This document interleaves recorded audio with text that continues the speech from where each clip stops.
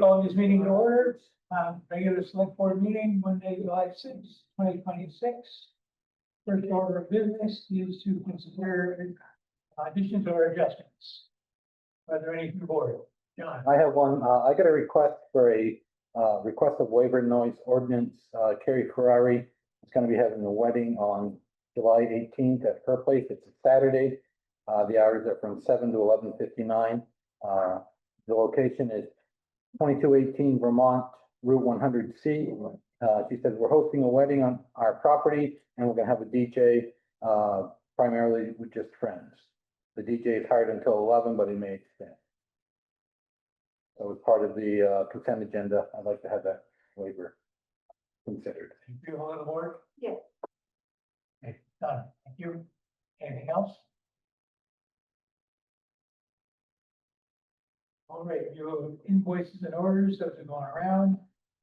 Public comment and or public announcements. Will be you folks. Doug is trying to think of something to say already. Oh, no, we're here for the meeting of the organization. Okay. All right, next item, select board updates and or concerns. I have a couple.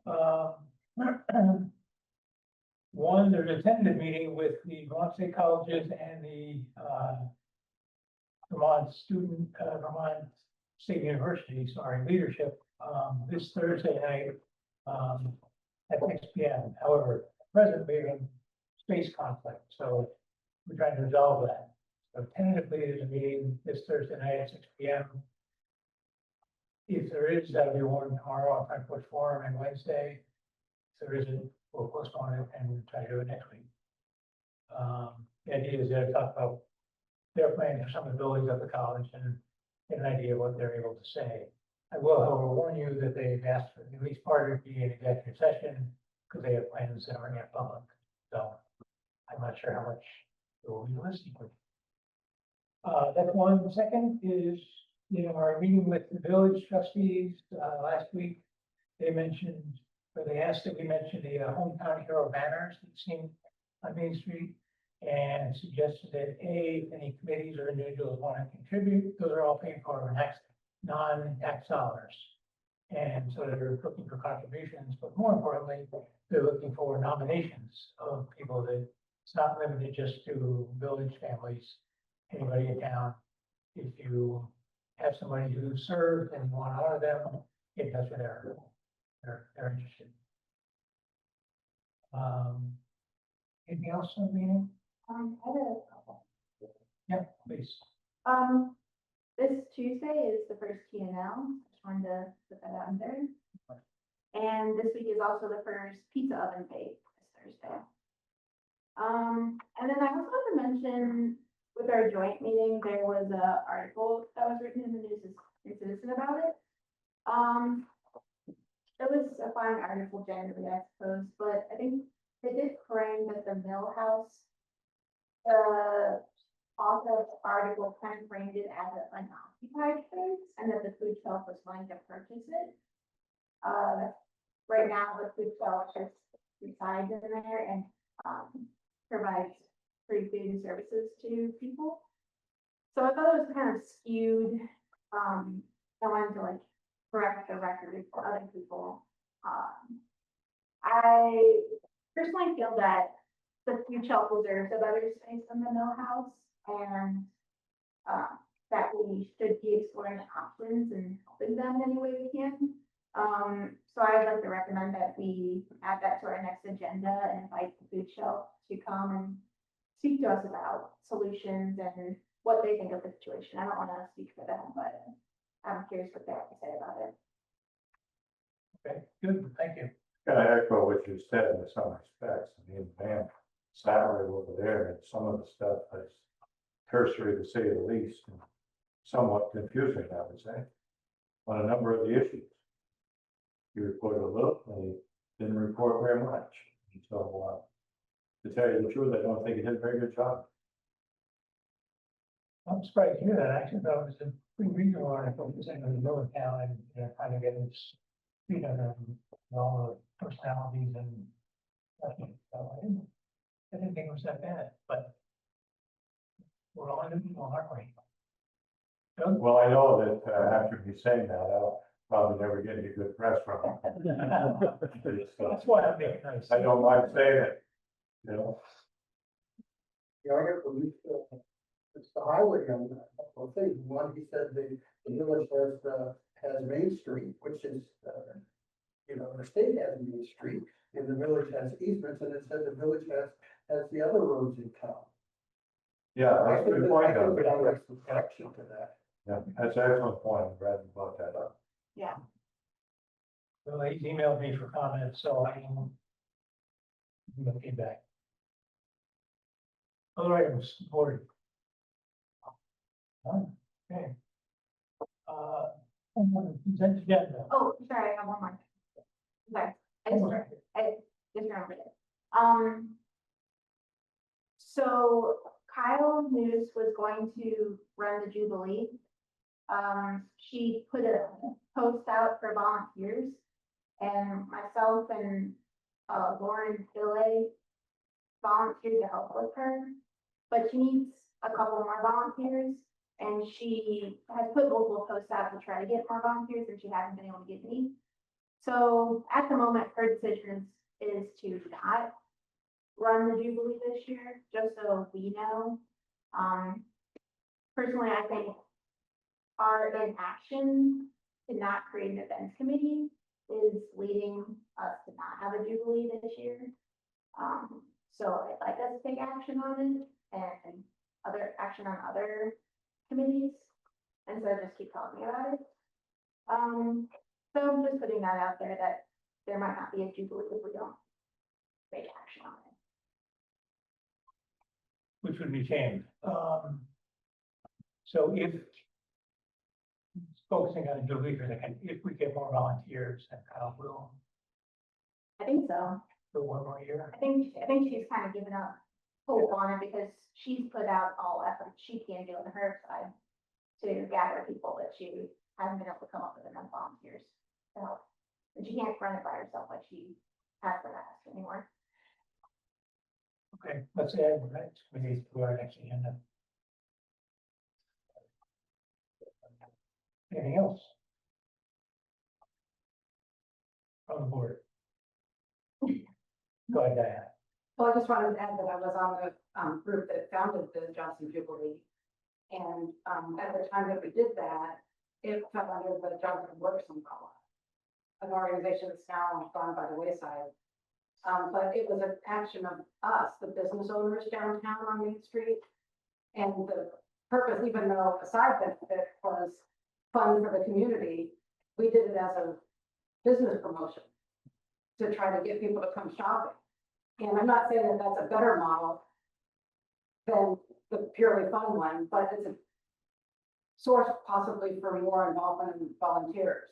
If you're running short on people like Kyle, maybe it would be time to appeal to the business owners and say, look, do you guys want to own this again? And is there a group of you that'd like to coordinate? Okay, good thought, thank you. Okay, consent agenda. Moving the minutes of June 15th meeting, the June 24th meeting, liquor license renewal for Garden Town Farm, appointments to Johnson Leads Committee, resignation from, and I'm going to strike the last one, the planning commission appointment, because that needs to be discussed. Oh, no, it doesn't, sorry. That's just naming a new person, sorry. Any discussion on that? Consent agenda items? Okay, all those in favor, please say aye. Aye. All those opposed? Guys have it. Thank you. So who's you? And I was getting to that, just for public clarity, the appointment Johnson needs is Gregor Nawalski. The appointment to the planning commission is Mike King. Was Greg Gregor. Open or did he? Sorry, Gregor was a resignation, the appointment is Liz Kaufman. Yeah, I thought Greg was. thank you. So the consent agenda is approval of 2 minutes, that's approval of liquor license, accepting the resignation of Gregor, and appointing Liz Kaufman. Thank you. And the other thing John added, right, the ordinance waiver, didn't you say that was gonna be added? Do we have that? Yes, yeah. Okay, go to treasurer's report, Warren, seconds. Do we vote on? We did. Oh, hard enough. Video, over you. So the budget status report out, we don't have year-end financials yet, I haven't put year Rosemary and some numbers I have to do it when it gets back. So we're gonna wait for that, but I should hopefully have year financials for the first of August. Right now, revenue is at 103% of the budget. And, oh, about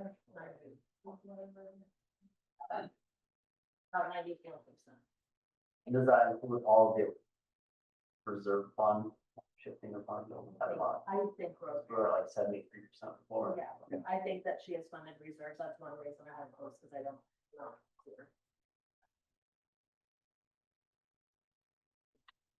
With year end, do we know, we kind of submitted last year to the voters. Go to the voters town meeting, they were audited surplus, not an estimated surplus. Do we know if the auditing company is able to? Our books are closed and something needs to be done or final numbers by August, or we can be able to have an audit September, October, so we have it in front of us in November. I would hope so, but I don't know, they just finished 23. They said that they were gonna send me 25 in the next few weeks. But I don't know about, I don't know. Yeah, I've been working with them and, they're working on finishing up 23, 24, and 25. Okay. So then we'll start pushing them for 26. Yeah, whatever needs to be done, if we can push for that, that would be great. You answered your phone.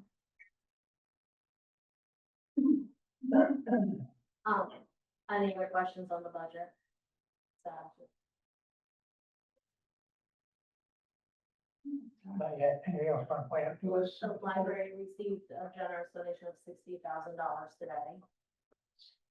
Yeah, For what? to the library, Oh, I didn't. So we're holding. like, I know. So they didn't leave me any Oh, we're library. about 10,000, whatever. I've asked the library to come in next meeting. Okay. And answer something. Kelly and I are working together, but I've gotta figure out where it was left. Great. Okay. That is wonderful news. Yeah. Just wanna. Who would have Have you, no, thank you, all right, congratulations. Been working with Rosemary and or John to make sure we're receiving money for the DEC project. There's some grant reimbursements for behind on revenue, that will actually change That's our probably revenue profit something, of this year. that's probably something I'll work with else. Which one are we, the VEC? Yeah. Yes. Okay. I know. Yeah, I got something, last Thursday from Mumley. They had some questions and, they gave me a contact, to reach out to, so, starting tomorrow, I'll start getting those questions answered.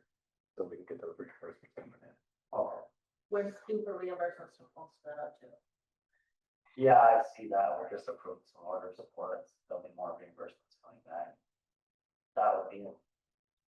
Wow, that's gonna be. Our cash on hand is only broke. That's it. Forward Rosemary, she goes next, you know what it is then. Right. I didn't put the homes metal because it's in and out, I didn't put it in last fiscal year, the invoice that you signed, I can move them. But if we're gonna be made whole, I didn't think it. Wherever the out shows, it can needs to show to me. Okay, If it is just money in, money out, but if we're money out last fiscal year. And money in this fiscal year, will kind of skew us to look better. no, we can put them, They should match up. yeah, So, I can put them in last year. That's all. Great, good. All right, work session. First item is to welcome and appoint Lydia. Welcome. He has already obviously been appointed treasurer. That's not the item. The item is to appoint Lydia tax collector, delinquent tax collector, and also trustee of public money. These were titles that Rosemary held previously, Correct. and I'm just asking the board to transfer those titles to the. Any discussion? Motion to approve. Second. Any further discussion? All in favor, please say aye. Aye. All opposed? Abstains? The ayes have it. What are the titles again? The titles- Delinquent tax collector, and trustee of public money.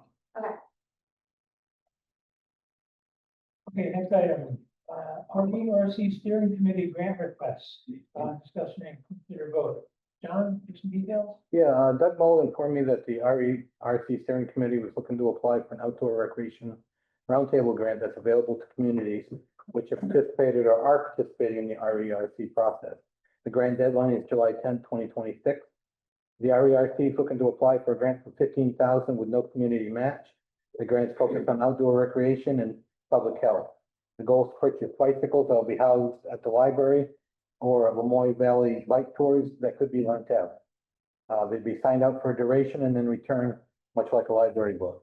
This will allow children and families who do not have access to bicycles an opportunity to enjoy a healthy recreational lifestyle. Eric, do you know how many bicycles they're gonna approximate? Well, we're hoping to get about 25 so that we can, the school, the elementary school is gonna run a learn to bike program. And that would be enough the entire class could participate at the same time by each grade they go with. So majority of the money is gonna go towards bikes, helmets, bike locks. And also a multi-bike rack that will go on the school truck so they can ferry the bikes from the school or the library down to the rail trail for Memorial bike tours. So that when kids check out the bike through the library, they'll take a voucher down, show that to Eva. They can check a bike out either for the afternoon or for the weekend. Primarily, they'll be at school during the week. And we found out through the Morrisville Library, they had problems. They tried to do this and they had trouble getting their bikes back. So our feeling is that at first, it's just going to be kids in the Learn to Bike program at the elementary school that'll be eligible to check them out. They'll have a lot more ownership. If their bike's not back there when it's time for school, they're not going to be able to bike. So we think we'll hope that could solve that problem, and then we'll learn as we go along. We're also allocating some money towards maintenance of the bikes that the technician at the bike tour can handle. We're going to be able to get a good buy on bikes, but we want to get good quality, cool bikes so the kids want to ride them and that they'll hold up. And also some money for the library staff to administer the grant and to pay staff for their time that they might have to put in extra on this. So we're putting in for the full 25,000 plus $1,000 in kind or technical advice that they can help us out. 25,000. I'm sorry, 15. Yeah, 25 would be good. They probably won't be 15,000. Yeah. And so anyway, any questions? We've got staff here. The tie-in with public health, I kind of, a lot of us intuitively knew it's good for kids to get out and exercise, and make friends and things like that. But the good folks at the Lamoille Valley Health have done a bunch of research with the Vermont Health Department, and there was a lot of pretty solid studies that show this is really beneficial for youth for a lot of reasons, both physical and mental. Then participate in it, it's a lifetime type sport thing that they can do. Jessica, maybe you get a little of that part if you've got time. Yeah, I think just, when you get youth engaged in like good leisure activities, but also this promotes lifelong skills and access to maybe work in the future, you know, it gives kids a sense of pride and self-efficacy, and so therefore, you know, they're less likely from our standpoint to use substances when they can, you know, have a connected community. But also it just, biking is lifelong and accessible, so it's really good, thing to start early. Sounds great, Doug. We brought in the principal dean and Esplin, and he's, they're going to use these bikes in their phys ed classes. And they're indicating they kind of like to start with it in the school. It's really thought of as also helping to make our schools more attractive. There's some assistance with. It's a really good partnership between the elementary school, the library trustees, who, by the way, will be meeting on Wednesday. This came out on June 17th, and we're in our third draft of what the grant application would be. And it's due July 10th. With the school, with the Mohawk Valley Bike Tours, which offer to house the bikes, to check them out, to maintain the bikes. You know, we have a constellation of really good facts, you know, people and organizations lining up, and the trustees would be the application. Now, they're not meeting till Wednesday. You know, Aurora said that she was quite certain that they would approve being the applicant, you know. And we're, as a steering committee, we've talked to everyone on the committee except Kate Harney, who we last knew was in New Jersey, and everybody's thinking this is a great idea for our community. So we're hoping that you would approve this. I suppose if the trustees approve it, John told me the library trustees are under your supervision somehow, that we could, you could approve having them approve it and get a grant under through the town. Okay, so just to be clear, you're asking for our approval and you're asking for the town to be the financial. No, the library, the library. The RERC steering committee is the town appointed committee, but I think it's wonderful. I'm just gonna try to craft a motion that covers everything. Please do. Please do. For grant and not be this meeting. We have that on. Well, I mean, technically speaking, you could go down the road of the Johnson Library very far, but I believe that they would best fit the model of a public library, which is completely separate. Yeah. They have their own treasurer, their own funds. We include them in our budget, and I think Rosemary in the past did a lot of work helping the library out, but they could just peel away from us 100% and go in front of voters themselves. If they wished, I'm not saying you have to. Well, we were trying to cover the bases.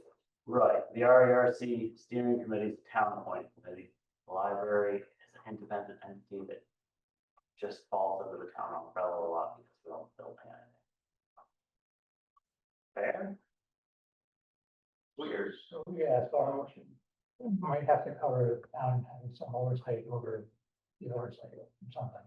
I was just Just, say that I would motion to approve the grant application request for the RERC steering committee with either the town or the library being the fiscal agent. I'll be happy to. Okay, we have a motion and a second. Further discussion? Hearing none, all those in favor, please say aye. Aye. All those opposed? Abstentions. Great, you guys have it. Thank you very much. That's a great idea. Pretty good. Here. Okay, next item is the suspension bridge offer. Our former town administrator, Tom Gallinat, is offering a suspension bridge to the town of Johnson. They are removing a dam and a bridge where he currently resides. They're currently over the Anasusa River.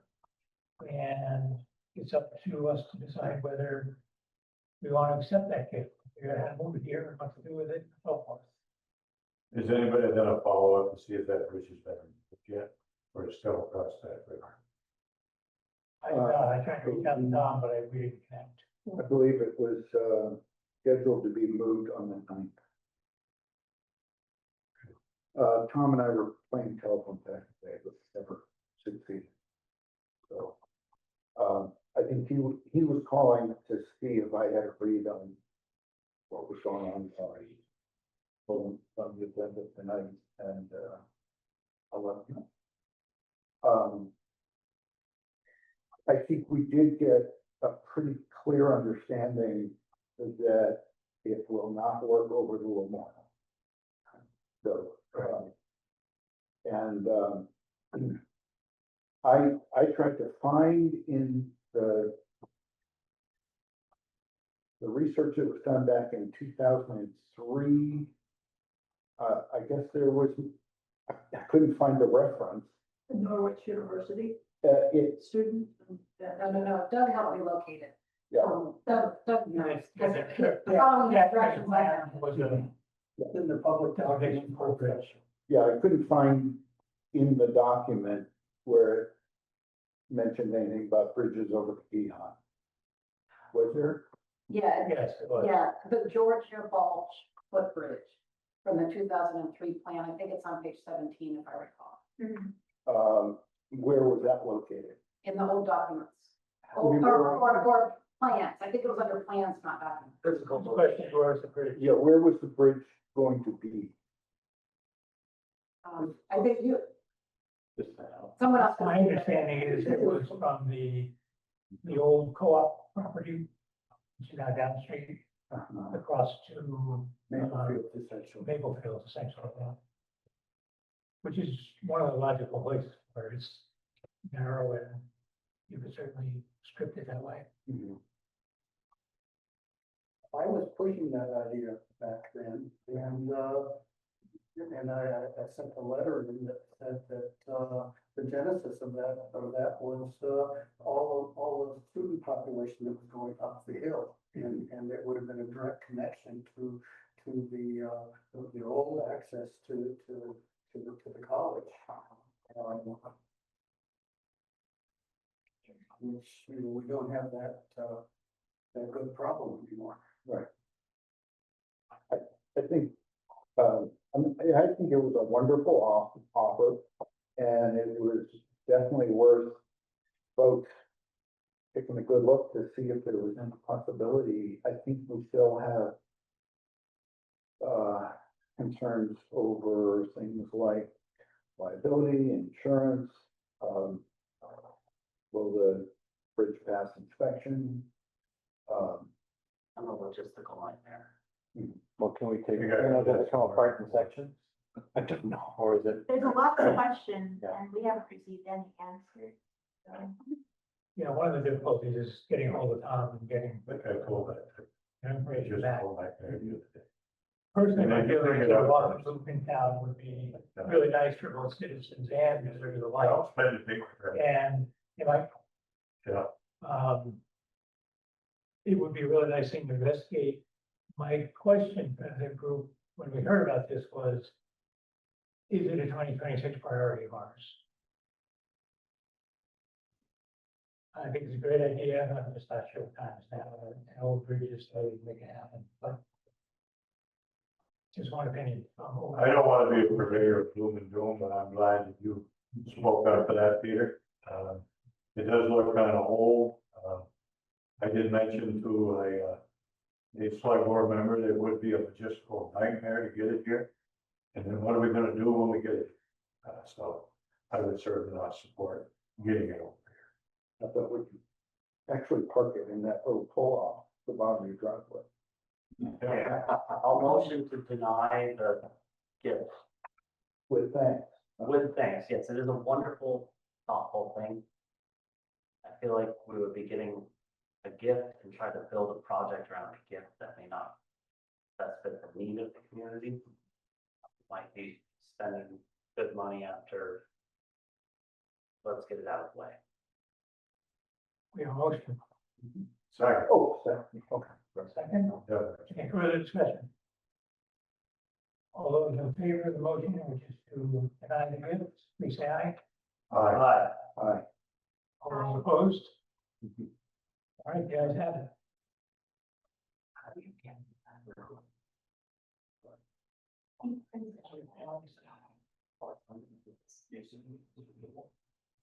Okay, next item is to do the Gomo Forest, We need a harvest follow-up.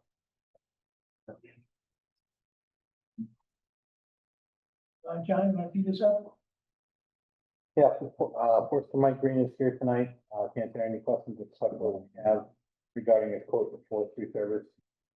They reviewed at the last meeting on any questions, regarding, summit trees, and what the contract entails. I got a copy of the contract in your board packet for your review. And Mike is here tonight. My biggest question that seemed to be somewhat unanswered was if the town would be liable for any cost to repair the road harvest timber. Well, that was a question we were talking about. It would probably be the logger that has been selected has a dump truck. And I was talking to John, if there's some way we could get gravel up there, because they've got to improve that road to get truck access in there. It's from Norm's place to where the rocks are. I don't know how you're familiar, just before you drop down. And the landing area is gonna be to the left in there, and like a big landing area, which will, when it's all done, be smooth and seeded and mulched and whatever, and we use the parking lot for the hikers. And it would be nice to be able to get some gravel up on that road to get in there. And I know Johnson doesn't have their own pit. Not anymore. Not anymore. That would be easy because we could probably get some gravel there. That would be the only request, at least, we can have them bring the gravel in and do it. It'd be nice to have the town help on a little bit on it. It's probably not gonna happen till this fall. Do you have a sense of yard? I've got them on another job right now. And, so it won't be after probably till the fall. Do you have a sense of yardage that would be needed? Jimmy? Do you have a sense of yardage, like yards of gravel? Oh, I don't know, I have to have somebody estimate, what it would take. They're gonna have to do a little work on, they've got an excavator. Have to do a little bit on that road to widen it. Ditch it on the upper side or something. Yeah. Just so they can get a log truck in there. Not that far, really. From Norm's, I don't think it's even a quarter mile, I don't think it's even that. Well, we would be supplying material. Would be nice, yes.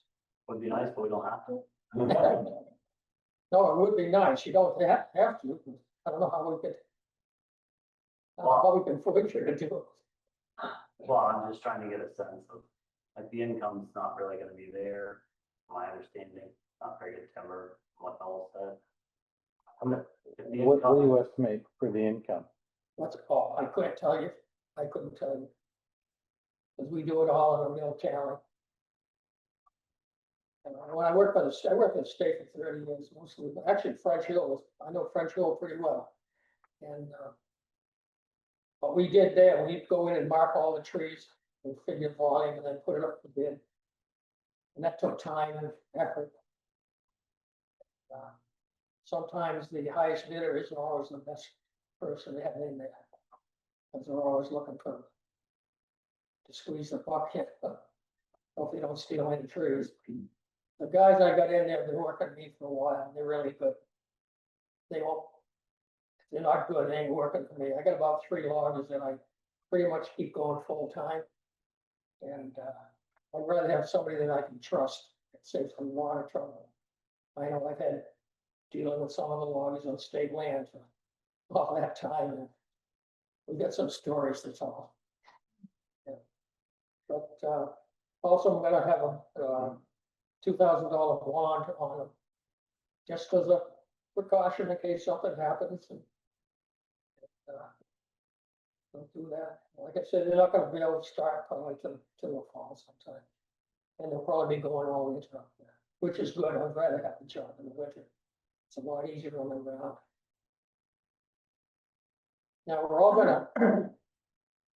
I'm gonna try to bring everything uphill to that landing. I don't really wanna get involved in going over the water side. We can help it. I'm also aware of the Vermont Club's request was an easement there, which I have some doubts about.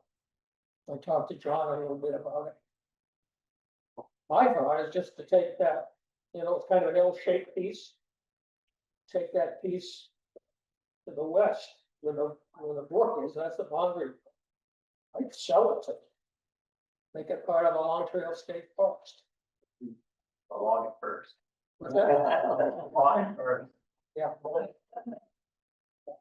That'd be my recommendation, unless we go in there and cut it first and then. Well, let's stay on the forest job for a moment.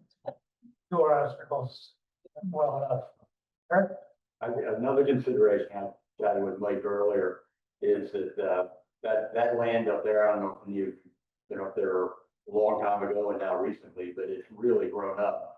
And it's really pretty poor wildlife habitat now. We've got the fields open that the Conservation Commission has kept open, which is great, and there's a lot of apple trees. It's fairly good deer hunting area right around that area, but the rest of it is mature hardwood and pretty barren. And a log job definitely would help with wildlife up in that area for hunters, bird watchers, wildlife viewers, anything like that. And the parking would be great too. Right now, we've just got a really small spot that Norm Thoreau, the goodness of his heart, lets us use. And then to walk up that rough ledgy area that we're talking about there. Pretty rough. But it would make it more accessible for more Johnson residents and others to go up there for recreation too. When you're in the woods, once you get over 6 feet in the woods, the animals the deer can't get up so high. And then you want a lot of open areas and you want grassy sites, because the young birds use about 6 inches of the forest for insects when they're first growing. Young grouse and turkeys, they can't reach way up. You gotta have some open areas with grass and shrubs coming in. And a log job would do that, it would open it up. Otherwise, it's a biological desert. You go around, there's no regeneration on the ground. And it's like a central park, and it isn't any good for wildlife. I know I've worked with Eric many years. We worked together. Bears like the apple trees, they keep them broken down pretty good up there. And that's another thing we do is clear around those apple trees. They don't like shade. Once they get in the shade, the other trees will kill them. That's the best thing to do is, and, some of the beech trees, and we always have too much beech. You go with the regeneration of these forests, it's 100% beech. Deer don't like it. I don't know why. We've never trained them right. No. Deer won't eat the beech. They'll eat everything else. They like the nuts. Yeah, once they get up, yeah. So back to the money side for a second. Yeah. I don't see in this, and do we have when this was described previously, my understanding was that improving the road was part of which we're putting out. Now it sounds like you're asking for help with the road improvement. So I'm just trying to understand where we are on that. On the money part of it? Well, specifically to do the road, first of all.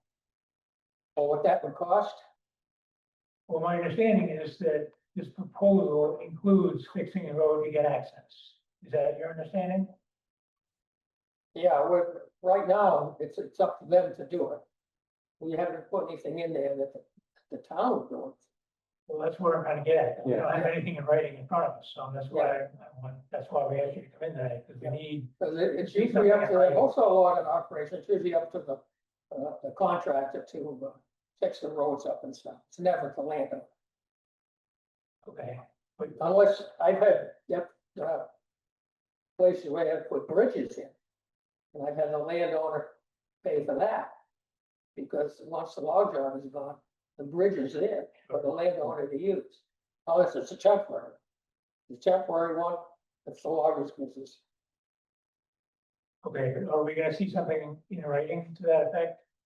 It could, yeah, Okay, I mean, this is why I didn't get past last meeting, because everything was sort of hearsay and there was nothing written down as to what was included, what wasn't included. And so then we do everything on the mill scale. Okay, so let's see. The loggers, they're in business, so they're gonna go for the best price they get at the mill. So they'll jump around to all the different places. Sometimes they go to Canada. And, nowadays, in Oil County, how many mills have we lost? A dozen. We used to have years ago. Okay, so the arrangement is 80-20 split, right? Your services, you take. Yeah. 20%. Yeah.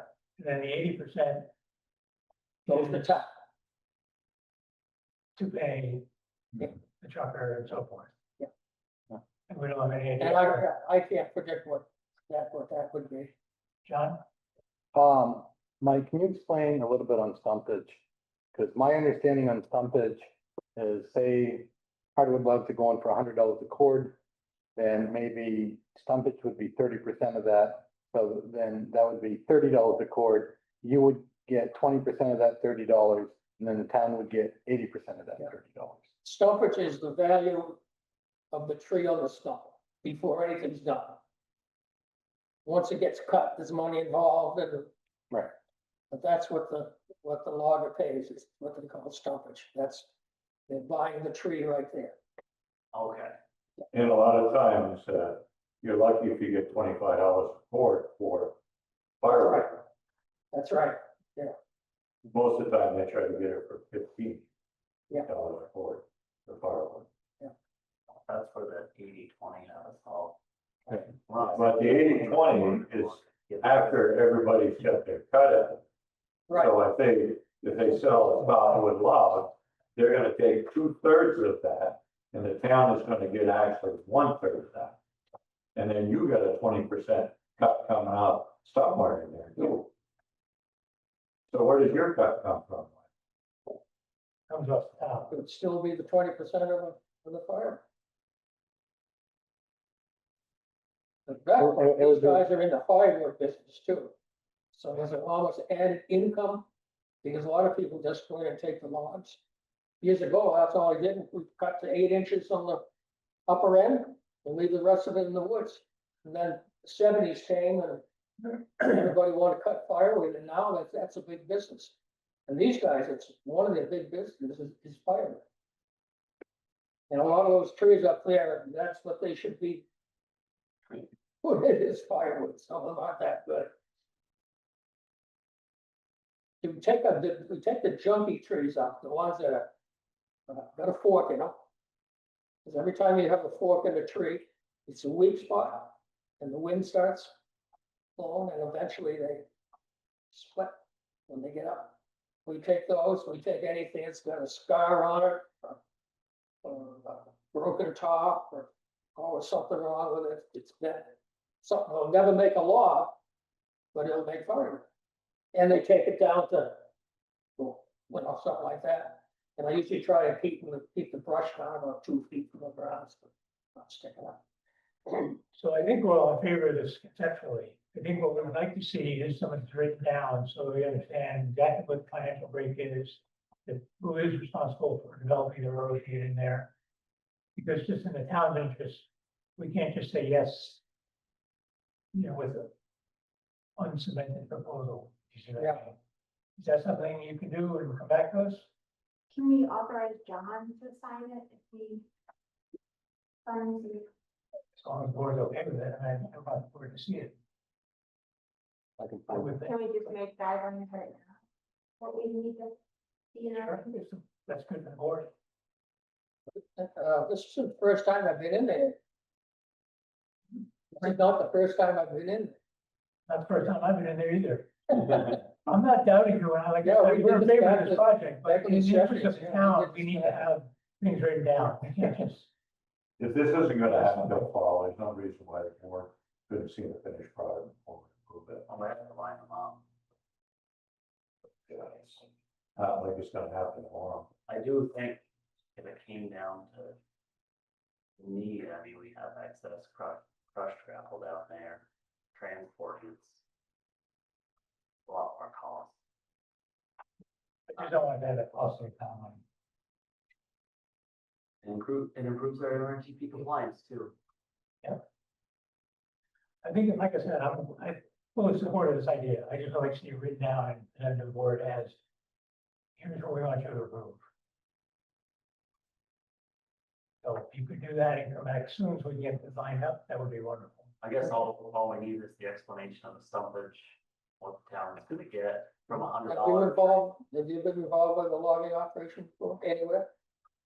No, I am, you have, yeah, oh, sure. think about You know, it. You know what it one is? time you always used to get half for hardwood and the landowner got half for hardwood and the third for softwood, half for truck. And then you get paid for your, hardwood, either $15 to $25 a quart of hardwood. And some people get paid for chips. Well, sorry to ask you to come back in, Mike. I do appreciate you coming tonight. And like I said, I think the board in favor of this very much so, but Sure. it needs CD. Yeah, well, like I say, it's not gonna have to start tomorrow, that's one, but, But we do recognize you need to get these guys on the books, so all right, And let us know when you can come back and we'll okay, have the anytime. agenda. yeah, something else, like the example of the cost putting down $100 tree in writing just makes it perfectly clear for everybody. If there's any like large culverts we'd have to buy, just like knowing about it, I'm not personally at first, No, just wanna know going in. it's usually up to them to do it, with this culverts involved. Yeah. Remember, the town's gonna be using this after this thing is all done. Yep, That's what I want, the details of the road included.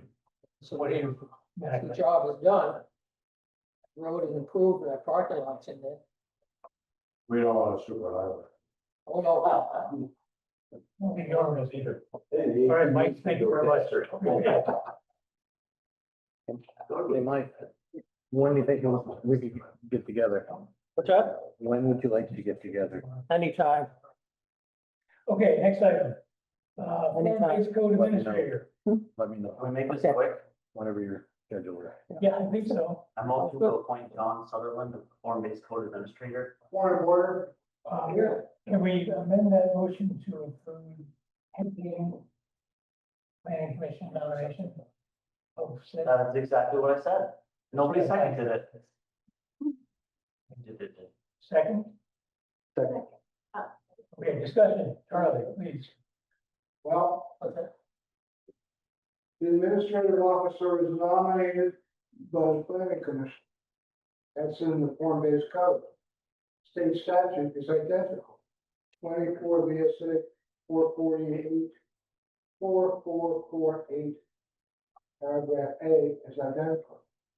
The administrative officer is nominated for appointment by the planning commission. Right, that's the purpose of the amendment.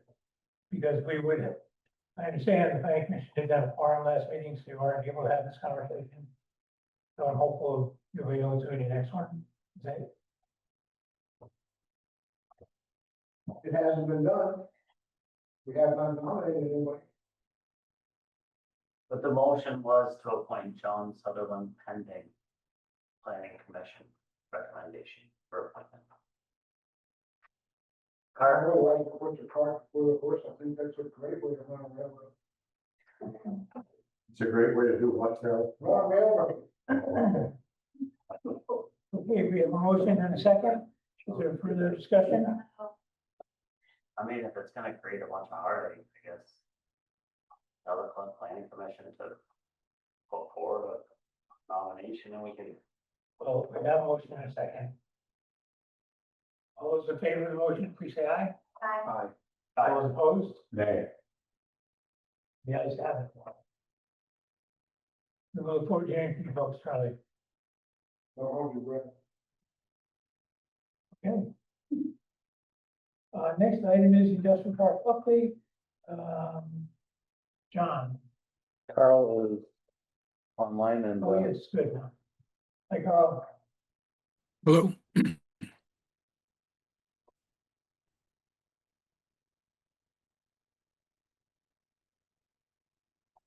Carl, over to you for the industrial park update.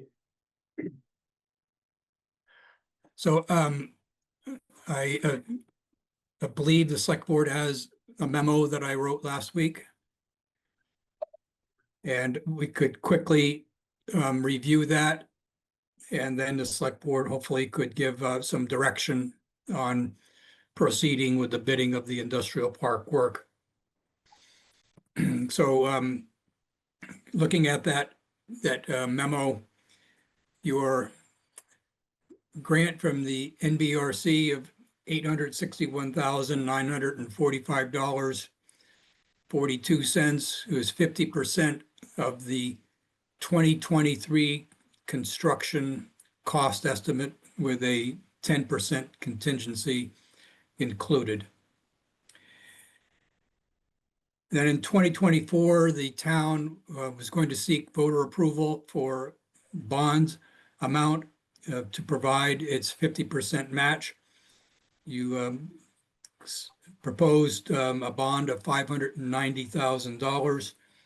And at that time, the select board stated that it had $539,016 from the grant match reserve fund and $84,249 from other town reserve funds, providing a total of $2,075,210.42 with the grant added in. And so in that information sheet provided to the voters before the vote, it was stated that the cost would be $2,075,902. And in the bond question itself, it was stated that the project would not exceed $2,085,903. So apparently back in 2024, the town thought that this project was going to cost about $2,075,000. Then this year, getting ready for bidding to satisfy an NBRC requirement, we asked Mumley to provide an updated cost estimate that came in with a 10% contingency at $3,401,448. And that amount is based on the latest information they supplied last week. When I talked to Mumley about that, they agreed that their price is probably high and that, I'm sorry, their estimate was high and that a contractor that really wanted the job, could bid quite a bit less. So I did seek a second opinion. As it states in your memo, somebody with experience in dealing with larger projects, including in the field and in the office. This person did not see the plans, just received a description of the project from me, although he was familiar with the site. So he went through the items in Mumley's estimate, and as stated in your memo, he increased 7 of the unit price items in Mumley's estimate, did not change 19, and lowered the estimate for 19 of the items. And with a 10% contingency added on, that second estimate came in at $2,708,103. And afterwards, I spoke with Luke from Mumley, and he agreed that that was a reasonable estimate. So in line with what he was saying before, that their estimate probably was high. So 2.7 million is still quite a bit more than the amount of money that the town has available. So as a way to possibly get down to the amount that you have, at the bottom of page 2, you'll see the alternative construction plan. The base amount of that second opinion was 2.4 million. If you delete the paving, that would knock off, in my estimate, 150,000. If you delete the work in Road B, which I did go through and using Mumley's unit price items and quantities, calculated that to be $182,862. And then my suggestion for another small cost saving is to reduce the number of streetlights from 9 down to 4.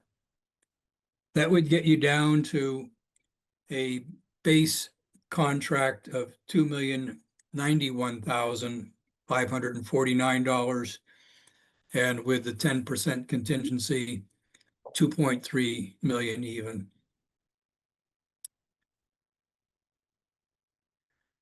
So it is possible to get close to the money that the town has designated for the project.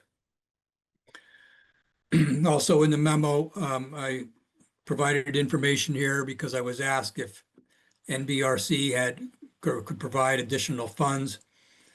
And the answer is that you would have to reapply for a new grant to supplement what you're doing now.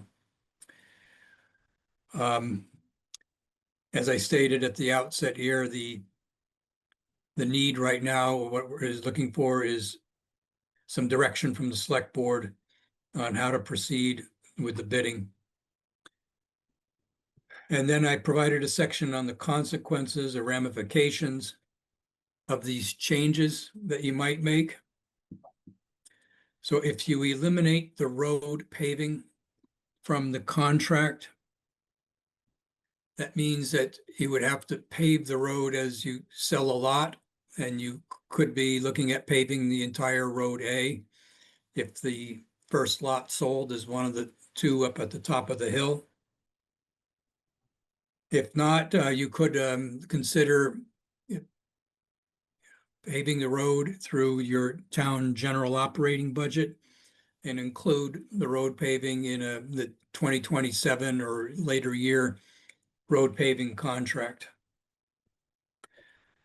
The $150,000 reduction that I showed you earlier does allow for putting down a 4-inch thick gravel wearing surface over the base road material, and also allows for paving an apron at Route 15, which would be a requirement of your 1111 permit from VTrans. If you eliminate the paving and then later you want to use NBRC money for the work, if things worked out that way, you would have to follow the NBRC bidding and contracting requirements for that paving. So if you're going to try to keep the road paving in, it might be better to keep it in the main contract so you don't have to go through all the hoops that we're going through now with this main contract.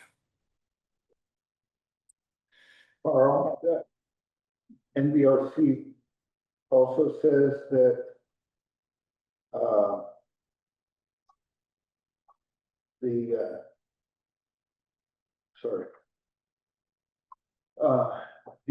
local economic development corporation has to be the applicant and own the property. Would that also be true with the grant for paving? That's a separate funding source.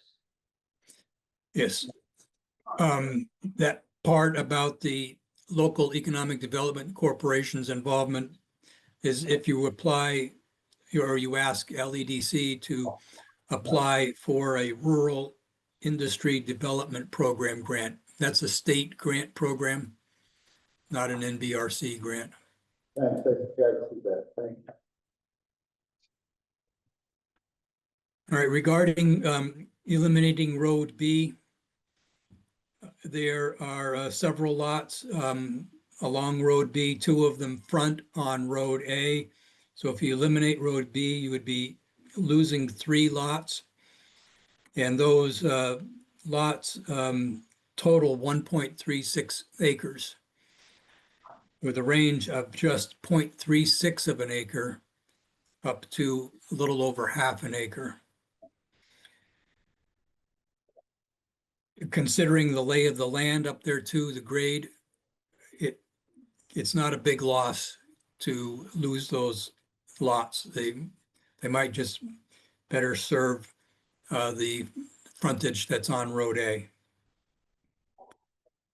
So that might be your first choice in trying to reduce the cost if need be.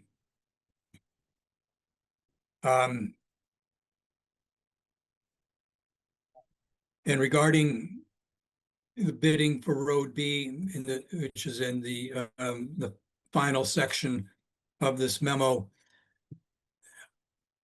the suggestion for you is to put the whole project out to bid, but make it clear in the bidding documents that there's the option of the town scratching the Road B improvements from the contract.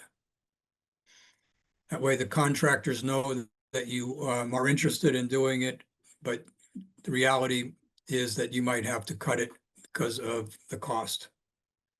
But if you don't ask, you don't know what it may cost you. Also, it's the advice that we're hearing is that we should get out to bid as quickly as we can and let the contract start this year if possible, but also be flexible on the construction period. In other words, if a contractor gets the job now, they would have the option of waiting until next spring to start the work.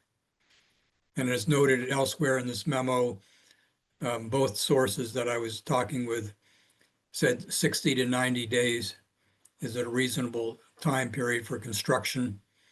60 days for a larger contractor with more resources, and 90 days for the small to medium-sized contracting firms.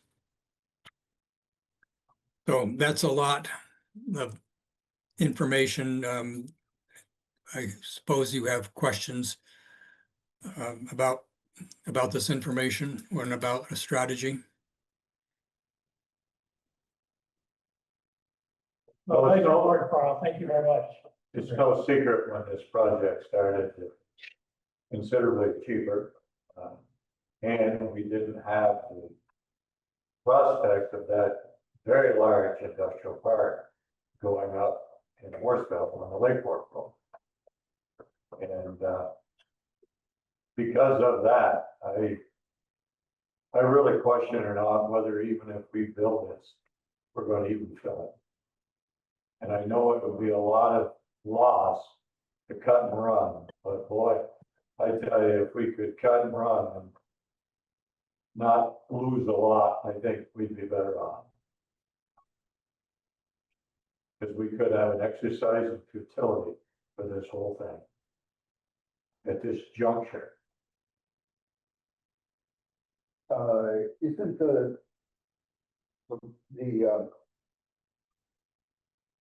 park down by the airport kind of held up right now with I don't think it's going to be held up that long.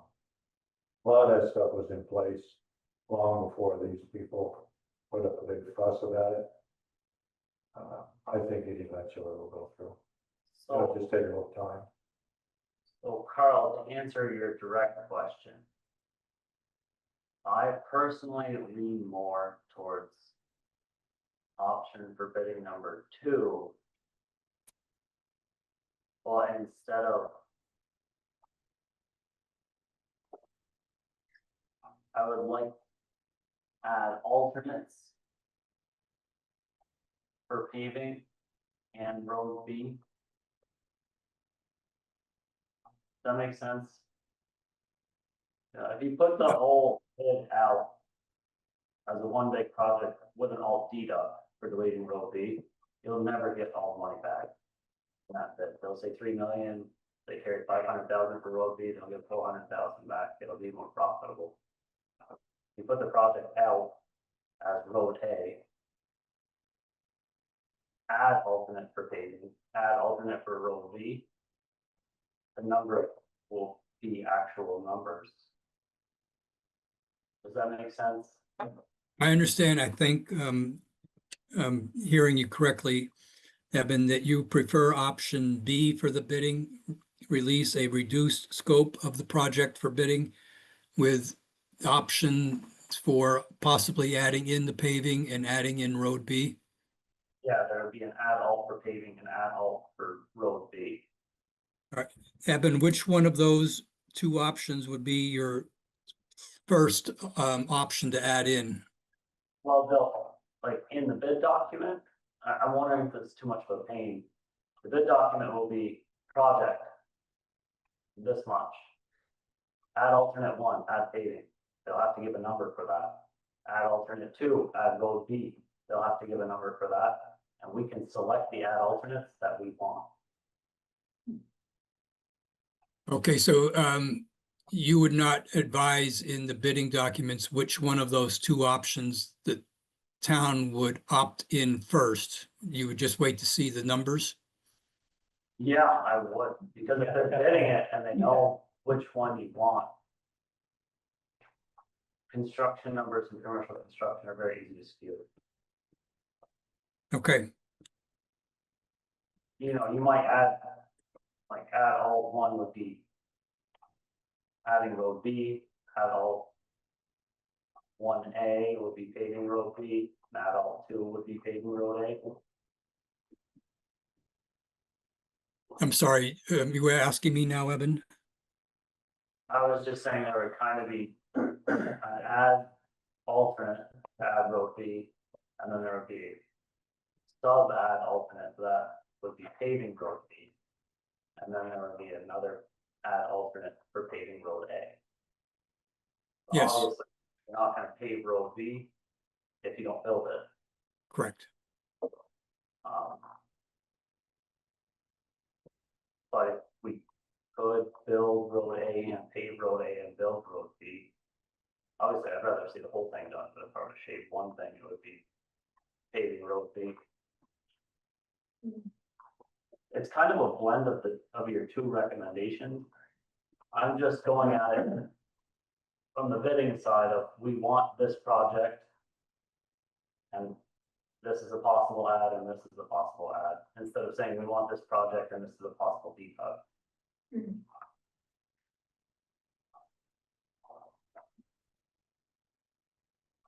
Okay. And what about the streetlights, Evan? How do you feel about those? Reduce light pollution, just keep it at 4.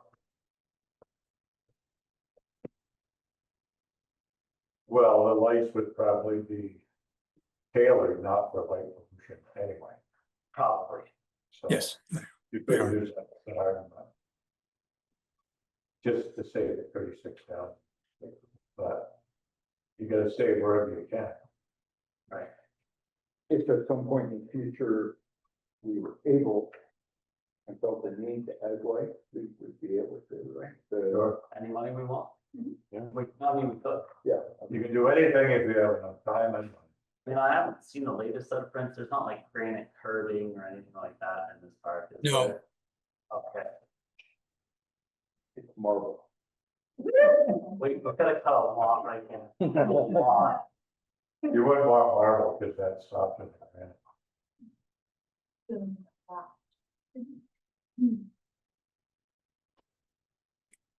Is that like generally acceptable? I don't know when it's off here. No, it's a great idea. I think it makes every sense to minimize the asking and come up with real numbers for the additionals. Well, you heard me, I really cut around. Fair enough. Yeah, questions or if you want. Hang on, sure. But I wonder if we have any prospective tenants yet, or people who are interested in lots. The only thing I noted in the municipal plan was that there was, in our official document, the option that would be swap that land with envelope property for a grocery store.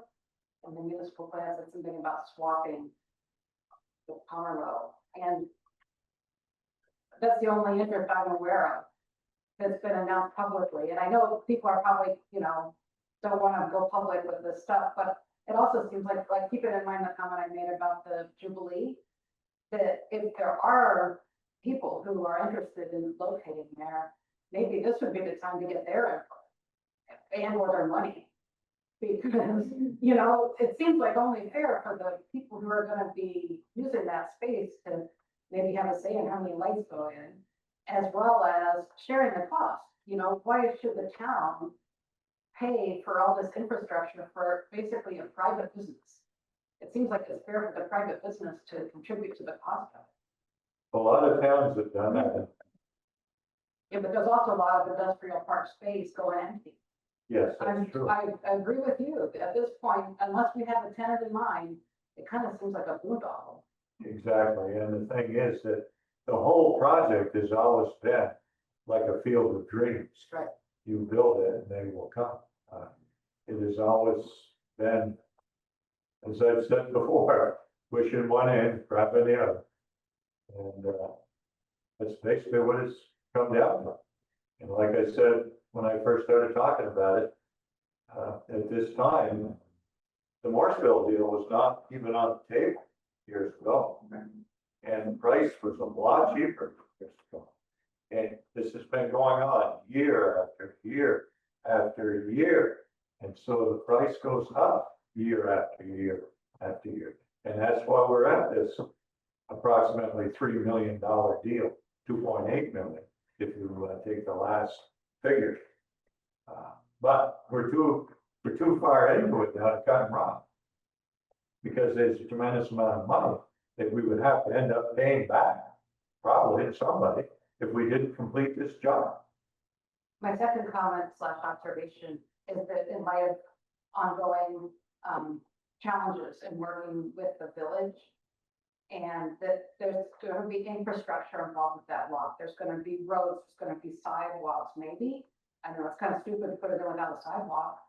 And based on history, I think that it would benefit the town to clearly delineate before anything, as far as infrastructure gets built, who's responsible for what? Who's responsible for the stormwater catchment basins? Who's responsible for all the things that have now proven to be complicated? Might be worth paying some attention to up front at the build phase, so that somebody knows who's going to be doing what, and what's village and what's town. Yep, good comment, thank you. With respect to the Sterling Market conversation, I talked to Ernie about that a long time ago, and his interest in building something like that up there, not on the main drag, was, let's say, very low, to put it nicely. So that wasn't him expressing interest, it was like he came from the town to bounce off him. I think those developers don't like doing that. It's usually seen, that's the problem. There was talk, Carl, last time this came up, there was some talk about trying to get a needs assessment from Pat Ripley or somebody similar. Do we have any information on that, or have we made a request? The needs assessment that I'm recalling was regarding the RIDP program, that and to be eligible to apply, there would have to be such a study. And then I started asking questions about that. And that's when then somebody pointed out that the town would not be the applicant for that RIDP program, it would have to be LEDC. And they furthermore have to actually have a stake in the project. So it seems like that's not something that's going to fit what we're trying to do here.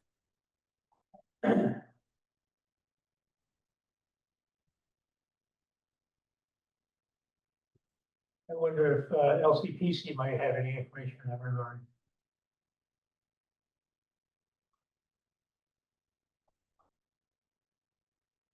I'm sorry, right now, Paul, I'm not recalling if I specifically asked LCPC for any leads on financing.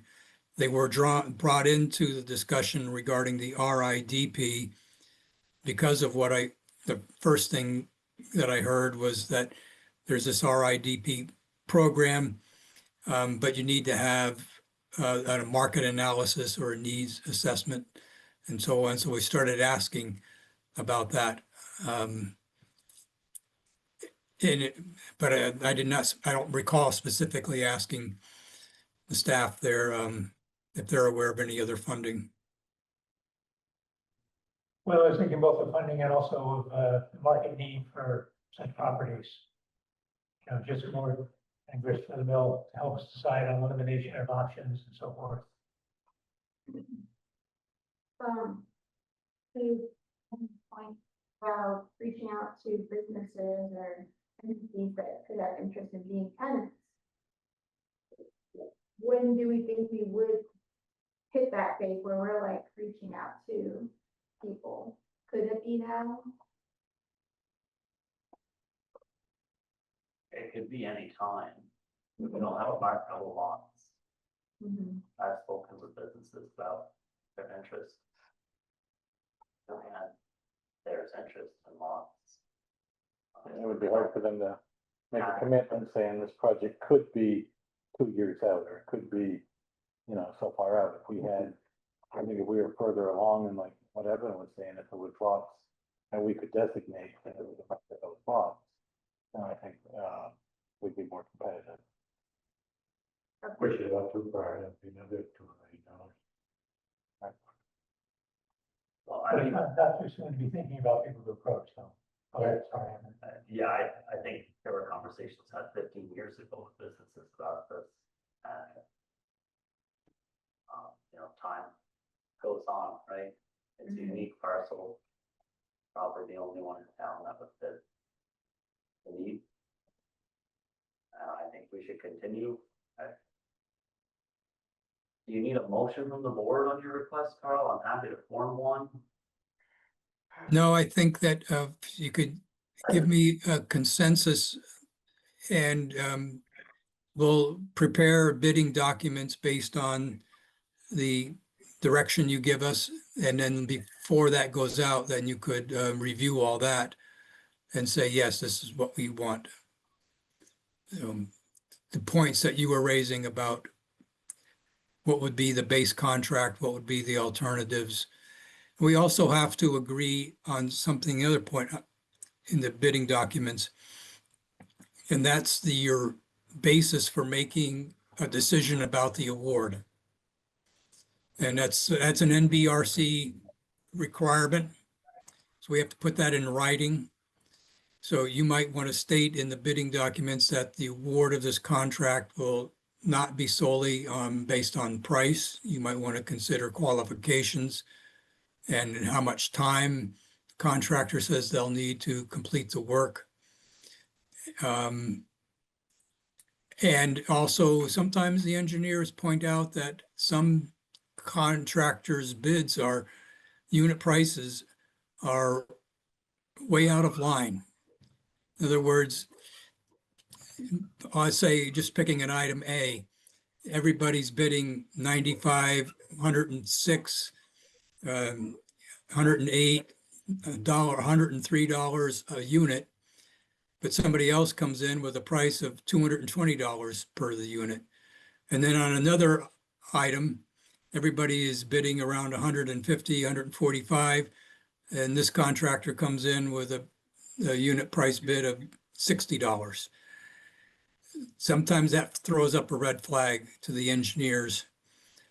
So you might want to, that's just another possibility for something to be built into that decision-making criteria. So all that has to come back to you for your approval before it goes out to bid. So is it your understanding that to satisfy NBRC, we have to have specific decision-making criteria like grading and scores, or can we just leave caveats to say may not be lowest price, talent's discretion, reputation, timing, et cetera, broad categories. Well, I think it would have to be more than not just low price, it'd be at the town's discretion. I think what MBRC is looking for is for you to sort of lay out what those criteria are going to be, so all the bidders know up front. Okay, we should be able to make a tally sheet. Pretty readily. Yes, yes. That's something that Pat should be able to help us put together. Pat Ripley.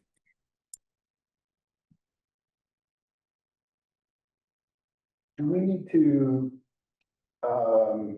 decide now or put off the question of whether the lots on Road B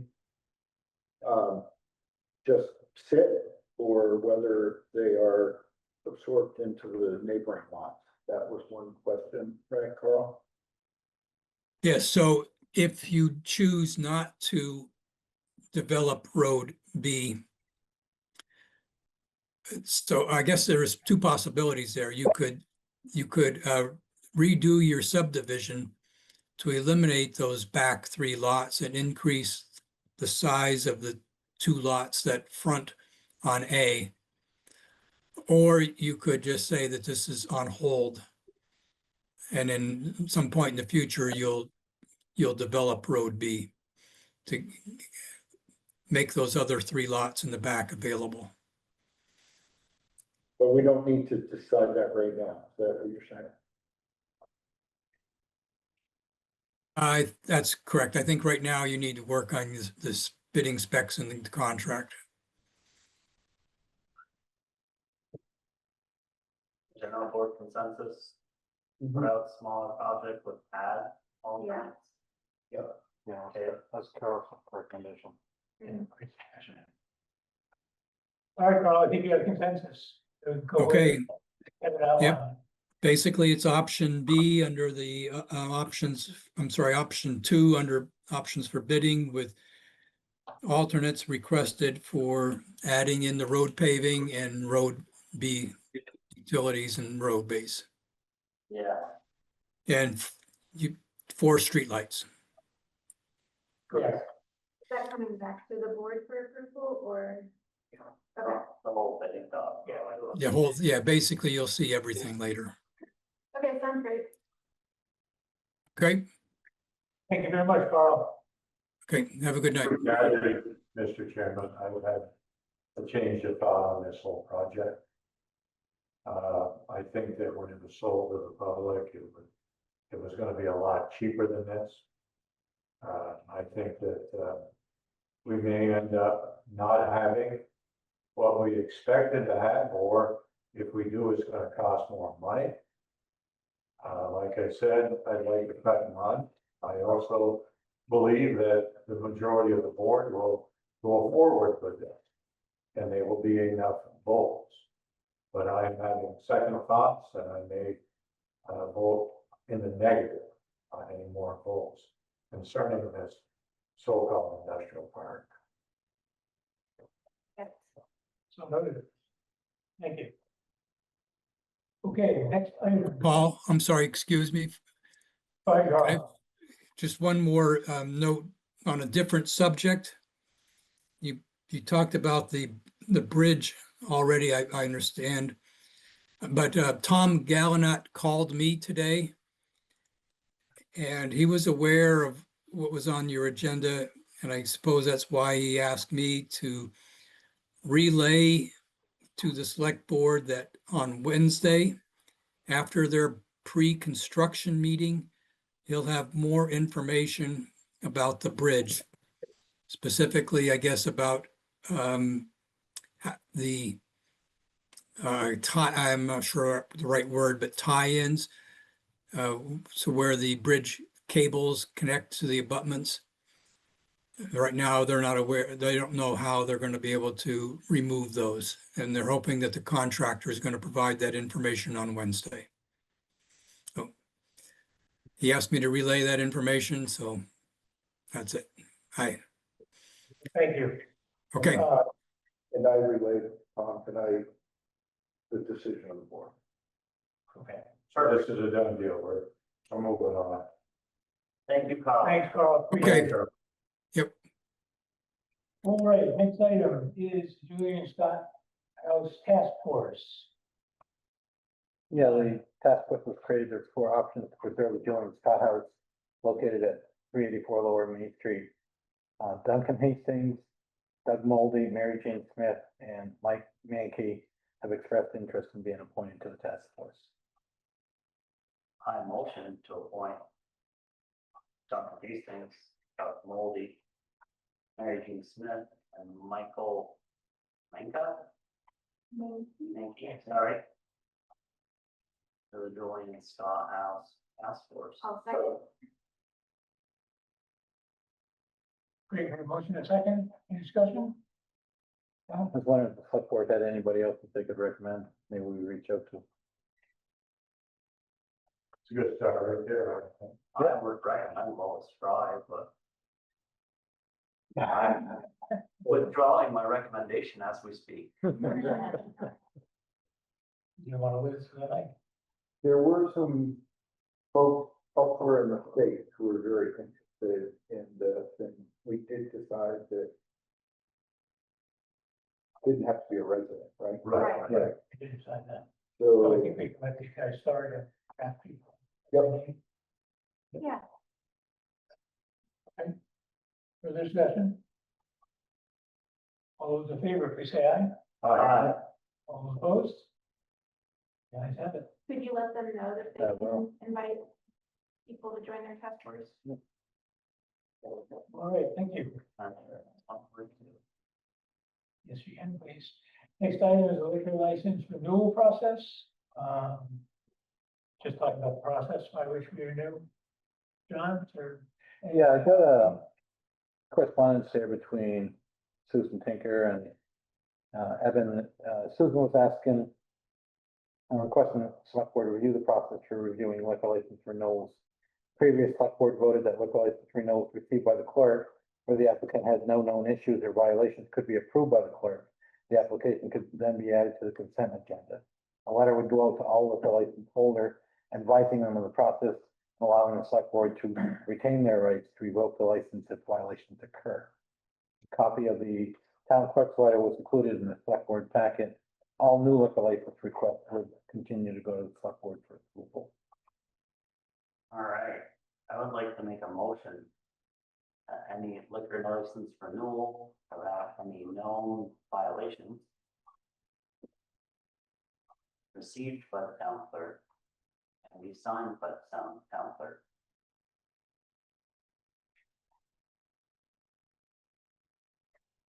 And also approving this new letter. ready for a second. That's my whole motion. Okay, second.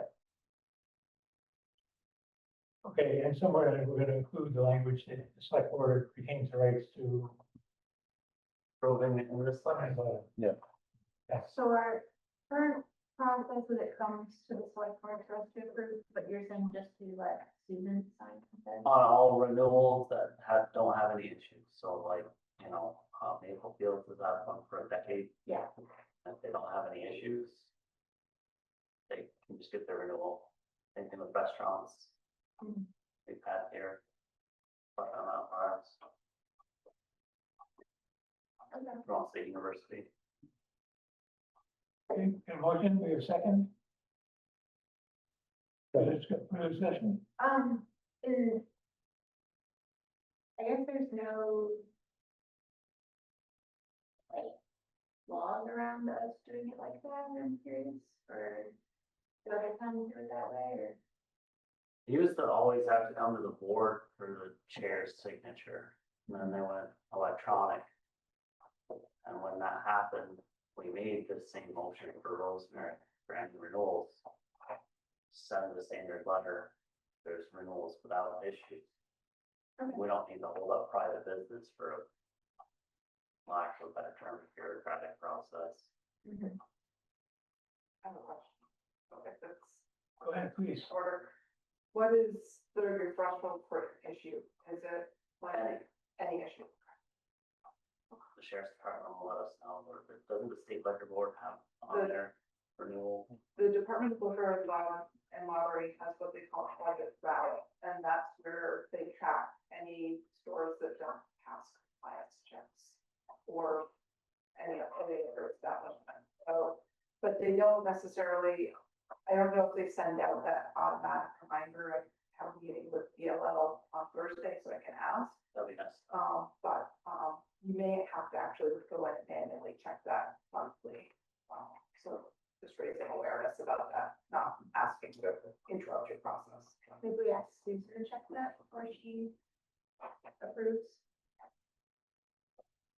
Sure. Yeah, that's And then we can come in and do a quick training on how to navigate Project Rabbit if that's. I'll liquor, so liquor. Vermont Liquor Control Board, liquor license. Liquor and lottery. Yeah, liquor and lottery. They should be having all that available It is. online It in is the on. renewal process. Yeah. Talk about the state adding steps for town Let me employees. just clarify and I'll get back. Thank you. Mr. Chairman, I got a question for you. Shoot. I just got a text from somebody that said they didn't think the meeting was live right now. It's not live. I texted GMATV about a half hour ago, but I told her it's live. Okay, We're on Zoom right now, but we're not live on YouTube. okay. Yeah. It will be added shortly after our meeting. Yeah, it does not have to wait till after the recording is done. Yeah, but usually if GMATV is like on the Zoom with us, it's Yeah. usually live at the same time, but Yeah. not live. Okay, thank you. Thank you for the answer. All right, so we motion and second, any further discussion on liquor license renewal process? All those in favor, please say aye. All opposed? The ayes have it. Thank you. Next item is the review of the bicycle rack agreement. Now, out of curiosity, is this bicycle rack agreement for the $15,000 grant? No, Okay. no. The, Lemoy Valley Rail Trail, is using some grant funds and they purchased bike racks. And they'd like to have these bike racks installed at businesses around town so that people using the rail trail could park and secure their bikes, while they patronize local businesses. Yeah, that's what we discussed, I don't know, a couple months ago. So I had an agreement that I put together and, I put that in the select board packet and I also sent it to our attorney who reviewed it. And this is his marked up version, with his recommendations of the agreement. And then he sent me a cleanup version, including his markups. So I was gonna ask the board to approve the clean version and include the attorney's markups. So this way here, we would give it to a business owner, who wants to put a bike rack on their property. They can put down, the business name, the property owner, how many bike racks they'd like to have installed. And then it just spells out who's responsible for maintenance, who's responsible for what going forward. Yeah, thanks for putting us together, John. Great. Did you run this by any businesses in town or other rail trail folks? Just I talked to Doug and the rail trail is, getting pretty close to acquiring the bike racks. And they were looking to get these agreements out. okay, I mean. But I haven't reached out. the agreement, just in terms of the maintenance, how do businesses receive that? I haven't had a chance to reach out to the business. Are they handpicking the businesses or are they putting an application out for businesses to apply? I'm not sure. I think Doug said they reached out to local businesses. So I don't want it to be as favored businesses over Right. others. It's too bad that, you know, how this turns into a big paper trail and calling an attorney and running stuff by, it's just, it's not really a gift. When the town has to spend all this money just to make sure it's kosher. Right. It's a one-time exercise. It's crazy. I think it's Check this.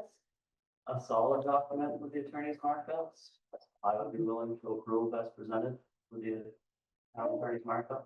There's an issue with how stretched the logo is. We can work on that. It's a pretty good stretch. You don't like the You can give me logo your, stretch like that? I will do that. Didn't even notice that. We're gonna hold up the works for the logo. I'm concerned.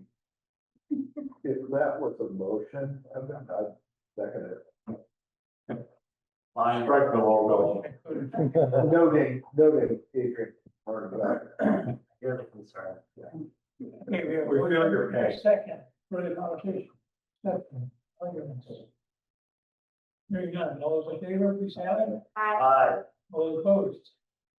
That was kind of it. Again. Finance. All right, next item is the award of the skate park upgrade project. Yeah, at the previous select board meeting, the select board looked at a budget, we were short about 14,000. They voted to add the funds to the 25-26 municipal budget to fully fund the project. The board reviewed two proposals, one from Rampage Skate Parks and one from Catamount. We went back to both vendors. We asked them to reduce their pricing. Rampage had reductions, but they were asking the town to do more, including housing and using town equipment, paying for a skidster. And then Catamount came back with a $20,000, 28,000 Catamount Skate Parks in-kind donation for concrete. And they were gonna help us fundraise up to 5,000 from a t-shirt fundraiser. So the select board elected to go with Catamount pending funding.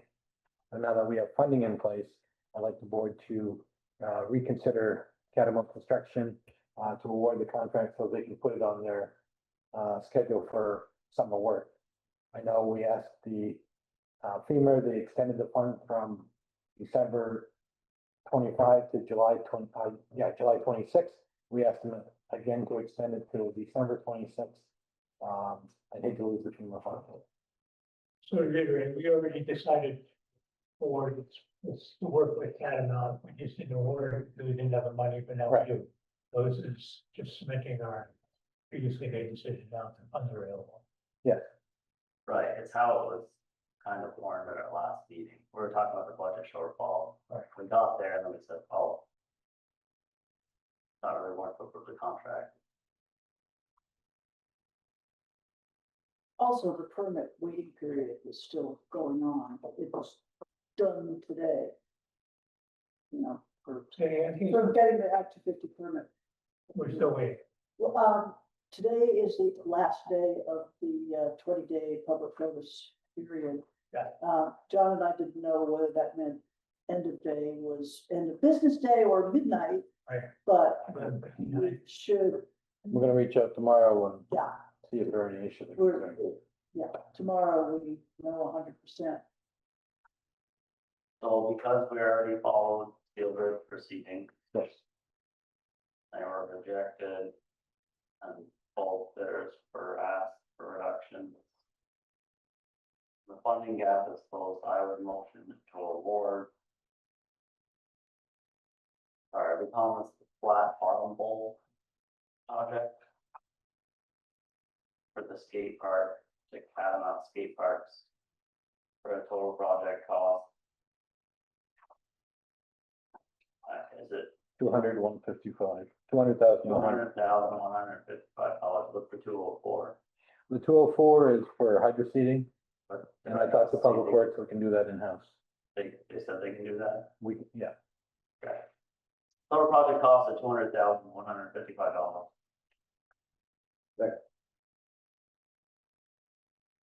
Who's gonna pay for the hydro seeding material? We have a motion and a second. Discussion? We'll come up with it. I have mixed feelings on this project. I don't want to be the one to hold up the project at the same time because it's a great resource having the skate park, and I appreciate all the public and volunteerism that everyone has done with this project. My issue is I don't want to see town funds going into properties that are in the flood zone and putting money on those properties that aren't flood projects and have flooding in mind. This kind of is, like, this is kind of the result, and Casey's gonna correct me anyways, so I'll try. There was features there that were damaged during flooding. Mhm. The concrete feature will not be damaged during flooding. Okay. It's kind of repairing a loss, but floodproofing it. I know there was very specific conversations about every yard material that goes in needs to come out. Mhm. We're not adding material to the floodplain. Okay.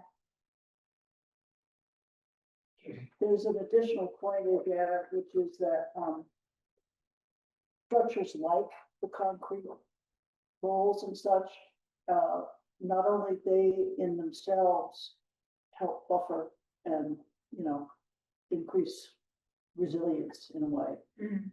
But the construction method, which is to take dirt from the southeast-ish, south and southeast-ish areas, for the grass berms, Mhm. that lowers the grade in the very sections that, the regional flood planners have said, this is the area for stormwater reserve. Mhm.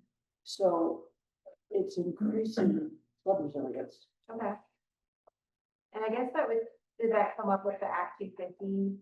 It was Yeah. part of the Act 250 conversation. Okay. And the water storage, The water. kind of told us where, the water would go. So, Right. Okay. when we talk about if we gotta take material out, then that's the place we're gonna take material out. But just to be clear, Act 250 is totally separate from regional Yeah. flood planning. And it's regional flood planning way prior to the Act 250 review. They just reviewed what Mhm. we were doing and saw that it coincided and aligned with what the regional planners had spoken about. Okay. Evan, do you want to add where the deficit is coming from to your motion? I was gonna talk about it, with part of my motion. Do you think it should be in there for clarification? It'll be in the minutes, motion over. Okay. You've committed to fundraising a decent chunk. I'm sorry, You've committed to fundraising a decent chunk here. I see that as a goal, frankly, all fundraising, frankly, is a goal. That got articulated back when we thought we were gonna start in the spring. Before the whole Act 250 shillelagh happened. We're not starting till maybe September, is the thought. That cuts into what can be raised. They're helping us with what we're starting to do. The format of what, are they gonna have a separate fundraiser or are they gonna tie into ours and circulate our GoFundMe? It hasn't been, that's in the works, really.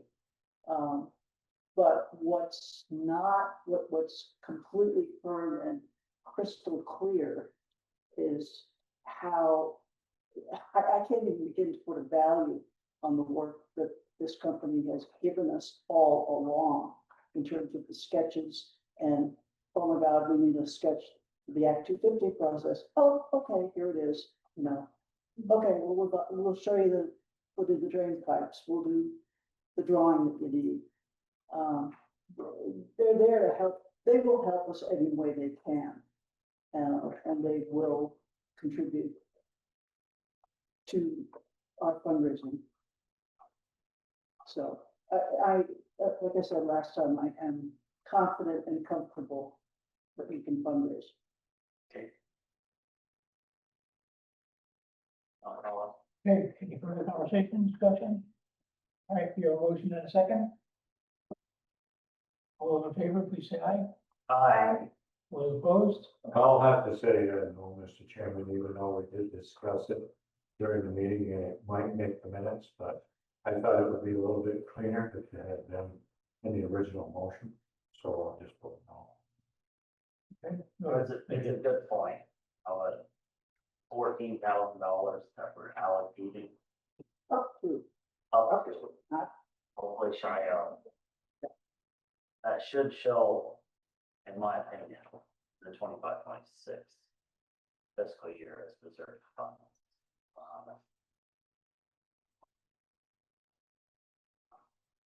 Yeah. Don't show it taking out cash on me, I know, I'm still nervous about that. Okay. Next item, setting municipal tax rate, 26.7. John, you saw. Lydia gave me, a sheet there that she's been working on. Like, want to take it? So this, is, it explains what the abstract analyst, the amount on that, what the amount for your taxes goes on the fund report. Taking a local tax agreement into consideration. And then I also separately gave you guys a sheet that looks like a sample tax bill with the budget status report that shows the industrial park bond be included as a separate line item on the tax. I love it.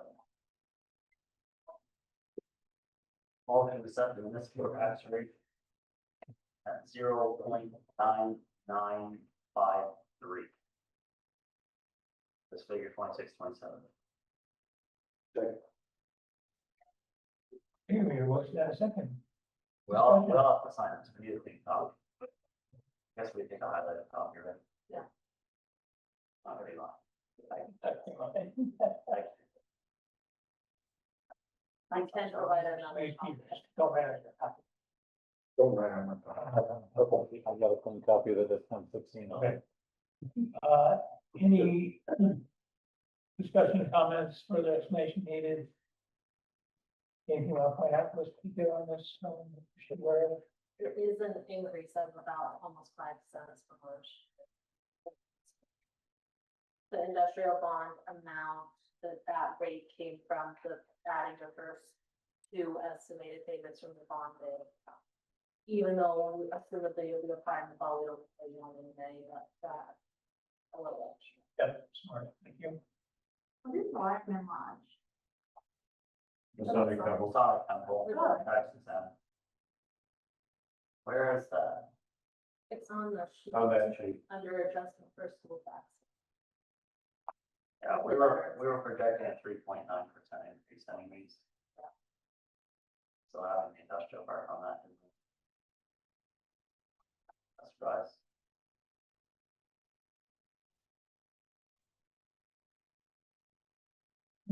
Any further discussion? All those in favor, please say aye. Aye. And All those opposed? The ayes have it. I should say nay. You made it more. Thank you for getting sworn. No, those were the first 2 numbers you used for the industrial park. Yeah, from the Okay, sheet that you. perfect.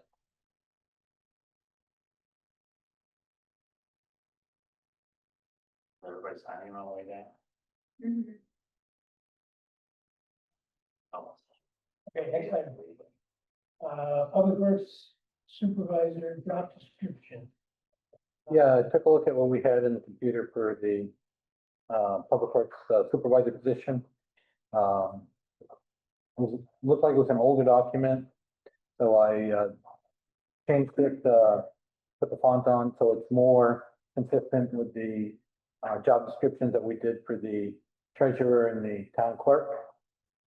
Added a few different options, including responsible for a positive and safe work environment within public works. I just wanted to forward it to the board to take a look and see if they'd be willing to approve. I mean, I'm fine with it. I think our motion was, I mean, my intent, a couple of last meeting was to get it out as soon as possible. Yep. My hopes that you'll follow work on it, and I trust in you, so trust in you. I'm fine with it. I think on education, training, high school education or equivalent preferred, I think preferred should be stricken from that. High school education or equivalent, period. It shouldn't be preferred. Let's put that. I'll make that change.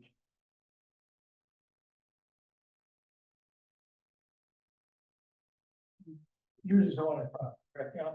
What's that? Yours is the one in front. No, mine is the one in the back. The one in front is the existing one.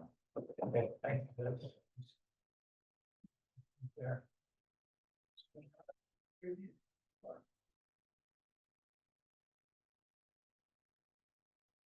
Okay, guys, we're. Yeah. And you mentioned you had something else? Yeah, on the front page, responsible for a positive and safe work environment within public works, Sorry, where? on the front page, Yeah, where? 1, 2. What item or? Yeah, it's a bullet one, it's right underneath the, bold. Third down. Okay, they're all right. Maybe you could work with Adrian if they're accountable on this. The stretched out version. We had talked a while back about that the road crew instead of public works department, Highway department. Right. yeah, the highway department. I think we should go back to that. I'm not advocating changing the decals on the trucks or anything like that until the new trucks come out and new decals. I don't believe in wasting money trying it, but I think it should be Johnson Highway Department. Because that takes away this beckoning and call business for public works and every committee in town wanting the road crew to drop everything to work for them. And I've been advocating for years on the select board that every committee that has a budget, they need to pay for the work that's done by the road crew. Because they're actually being subsidized by the road crew every time they do a job and they don't get paid for it. You know my feelings, I agree with you. We just did it in the skate park. That was done by the hydro seeding here. That'll show up on our highway, Yeah, on the highway project. exactly. We need to tighten that up somehow. Even if we give them bigger budgets, I mean, the excuse years gone by was, well, they don't have a very big budget. They can't really afford to compensate the highway department. Well, that's ridiculous. They should compensate the highway department. I prefer the town public works, and just because committees are working on, projects for us, they're volunteers for us. There's a weird frame of mind that you guys are thinking of. They're helping us with things. Without the skate park committee working on the skate park over there, that would fall to us to work on, so. Well, there's no question about it. It would have to be the public works department anyway doing it. They're still under the town, so. Doesn't really make sense. Well, So I think it really changed the whole dynamics of everything once it was changed to public works. That name really gave all the committees like a blank check to haul them away from doing other things that is actually more important maybe on the roads than some of these other things. Our job is roads with records.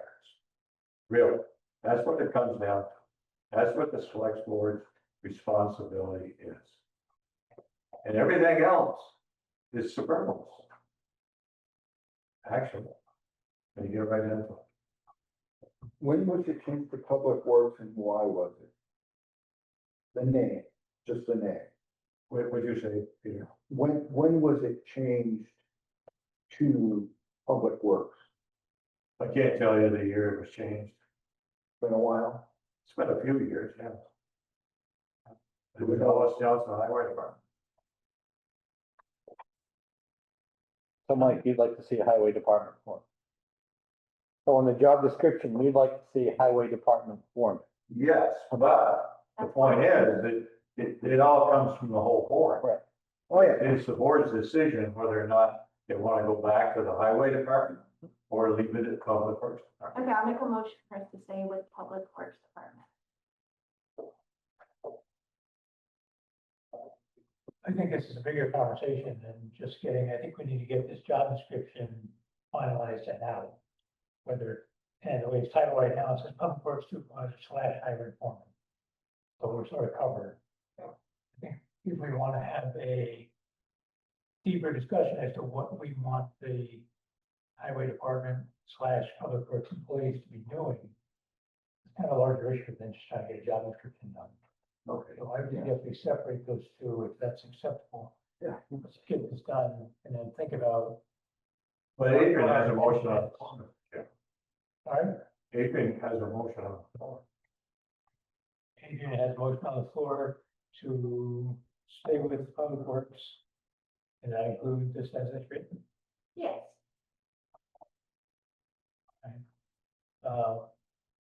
Is that acceptable on the board? Is there a second or not? If not, it dies for lack of a second.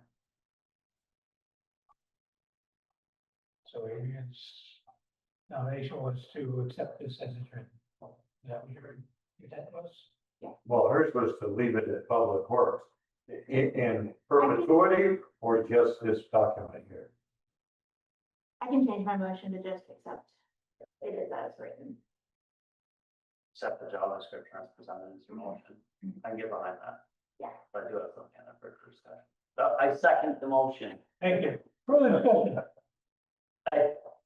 I agree with Mike in a heavy sense, and I also agree with Adrian in a heavy sense, and it's weird. We did have a lot of conversation about budgets and responsibilities for building our municipal budget.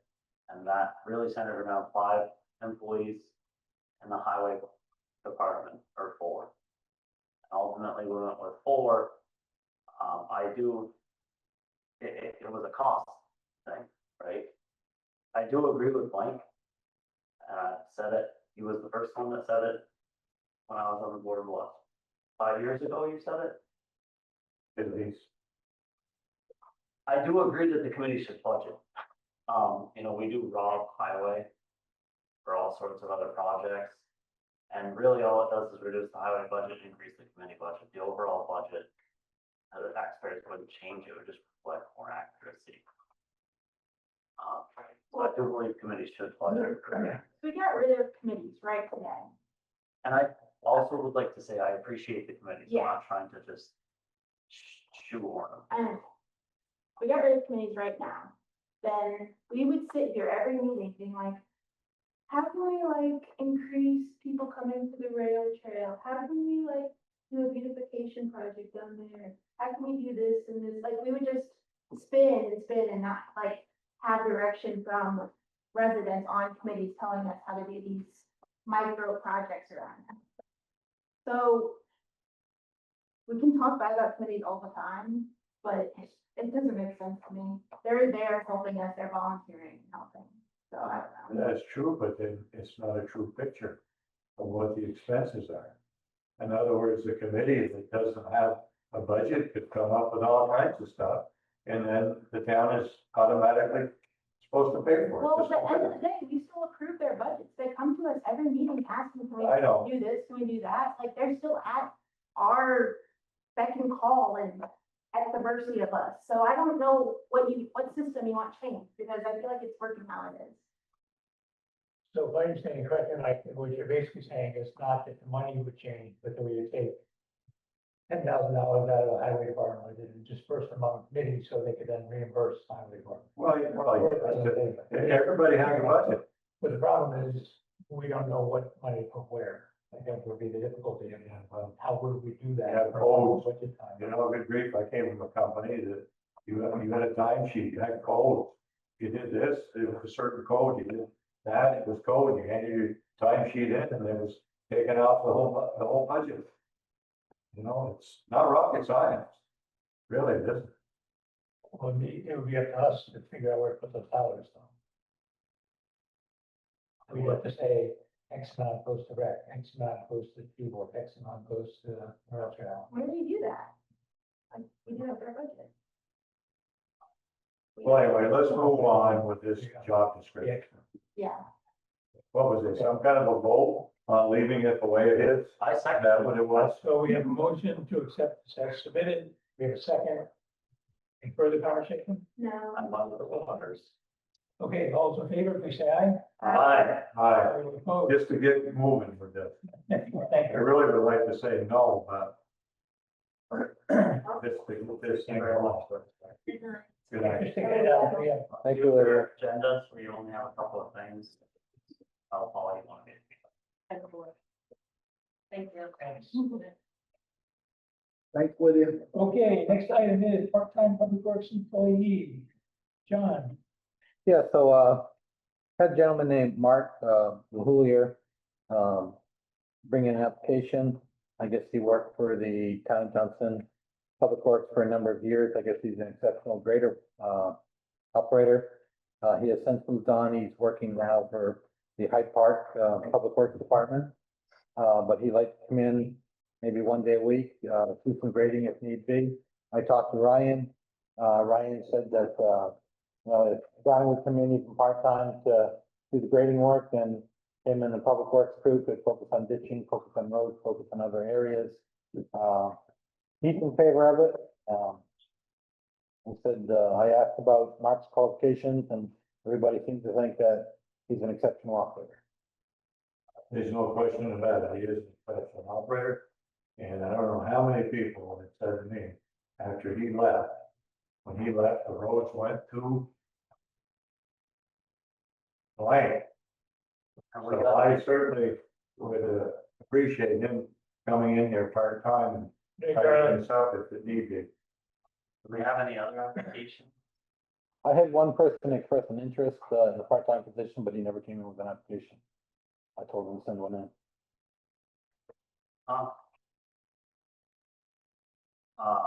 any discussion of number of hours or how this should work out? He was looking at one day a week. He's working for Hyde Park, Monday, Tuesday, Wednesday, Thursday. He'd like to come in on Friday, 18th. For grading only. For grading. Great. Nobody predicted that one. We do grading all summer. Yeah. Yeah. We do it in the winter sometimes. And this would be a as-needed basis as decided by you? Yes. I mean, Norman, not a blanket forever. that's the form. Did he mention his pay, what he was looking for? Well, I asked Susan when he got done, I think it was like 30, 40, 51. So I mean, I'm assuming it would be, Approximately $35. yeah. So he'd work for $35 straight. No overtime, no benefits, no nothing. Right. I think it's a heck of a deal. And I think we'd be foolish not to use him. I think we got 20 hours budgeted, in the budget. That's something like, Make the motion, we hire Mark, who is part-time. Just some water to wash. Let you get your second. is there a second? But Now can we water the water? Further discussion? Marty? I mean, being that he's employed by a neighboring town, that are carrying workman's comp and everything else. I'm with the other town, just hire out the town man labor. Man hours. If he's getting 40 hours and you hire him out, you'd have to pay him. I know it costs more, but you wouldn't have to cost. You'd get the time and a half, you would get all the other expenses, beamers. I guess if he's under 20, he doesn't get beamers. He's not gonna get He's anything. saying no benefits. He's just gonna work straight. Yeah. $35 an hour. You could handle it as a contractual worker. Doesn't have to go to Hebron or anything. Well, you have to carry your insurance to be the contract. Yeah, we're gonna put it on the town. Yeah, we have to put him on our liability and workers' comp. Yes, they have liability if his grader hits a truck or something. How long have we had this posted for? We never had it posted. He came out of the woodwork. I know, they talked about having the money in the budget. And said I had somebody come in a while back, asked about the position. He heard we had money for a part-time position. I said, well, bring in an application so we can look at it. He never did. Mark brought in an application. I talked to Brian about it. I talked to some people about it. I guess he's an exceptional operator. Like, well, I'll forward it to the board, see what they think. I talked to Ryan and he said that, you know, even if he's coming in one day a week and doing the grading, then him and the crew can focus on other things. Are you gonna build a chloride application behind them? They should be able Or are they gonna try to get it done with chloride? Knowing Mark, he's very conscientious and he'll do a good job. Yeah, I was just talking about statistics. So that'd be something to work out with those guys. Yeah. Right. Okay, so we have a motion on the floor to hire Mark as a part-time employee as 34.51 per hour, no benefits. Wait a second. Any further discussion? For amount never to exceed 20 hours a week. Around not to exceed 20 hours per week. Yeah, As of now, it's only one Oh, day, so it wouldn't be 20 hours. I don't be ill will against him, but I've never met him, so I'll let you know, because I've never met. We can abstain. I didn't say a number on the pay. You said the 34.51, right? 34.80. 34.81. Why don't we just round it up to $35? I'm the one that made the motion. Who seconded the motion? I did. Is that a friendly amendment? All right, 35. Should have said no. And not to exceed 20, but the idea is 1 day a week. Yeah. With your approval. Okay. All right, motion clear? All those in favor, say aye. Aye. Those opposed? Abstain? I would like to make something clear, like talk about 20 hours, but I just want to make sure we don't exceed that budget line. Because it's, 20 hours period is great, and I know it's not that rate. Right. But also, if we are getting 8 hours a week, if there's another operator out there that's looking for 8 hours a week, maybe we should find, take some more load off the public works guys. Maybe talk to Ryan and see if there's a truck driver we could hire part-time. I haven't, Keep them in the excavator seat more or whatever. No, right now we just kind of focused on getting the ads out for public works supervisor, and I'm hoping to have some candidates for the next meeting for the board to consider. Okay. Great, thank you. Next item, kennel agreement. Makes me so happy. Thank you. Can I make a motion on this? Move it forward, please. I motion to enter into the municipal town operations agreement with Hyde Park for the amount of $375 a month, authorizing the board chair, vice chair, or town administrator to sign on behalf of the town. We have a motion on the floor. Also, Right, we have a second. Any discussion? That's actually going through NCAL. Well, it's more like a interlocal agreement with us signing on to it, paying High Park. Right, but it's gonna be a lot cheaper, this new way of doing things than it would have been the other way initially. A lot, not a lot. It is cheaper. I don't know if anybody remembers budget season, we were talking about 10 grand a year at one point. Yes. Right. Well, some of those numbers were floated around. But this is considerably cheaper. how much did we budget? We budgeted like 4650 or something like that. Why would you ask that? Just so you can, here's final now. Right, I gotta be like shaking here, like not And I to be did- able to find it. I did talk to Alan Goddard, the town manager for Hyde Park, and I asked him, what he knew about NCAL. And I guess their mission statement is to take animals and find a forever home. And one of the things they talked about was, not only are they gonna provide a kennel service, but it's gonna be food, water, exercise. So they're gonna take care of the animals in there. They're super They've been organization. around a while, they've been up there. Phenomenal, yeah. One of the best around. We budgeted 5250. Great, too. Nice. Okay, so we have a motion, we have a second. Further discussion? All those in favor, please say aye. Aye. All opposed? Abstentions? I have it. Okay, updated personnel policy. So this is, Not too much updated. this is the baby steps of it. I like what you did. And you got some verbiage in there that, a select board member was passionate about, right? Yes. Which is good. I have a general question for the board. Would you speak up? I have a general question for the board. That's the only thing to do. What's the board's thoughts on eliminating the banks? I wouldn't support it unless we purchased out what everybody has. Yes. But the bank system is on,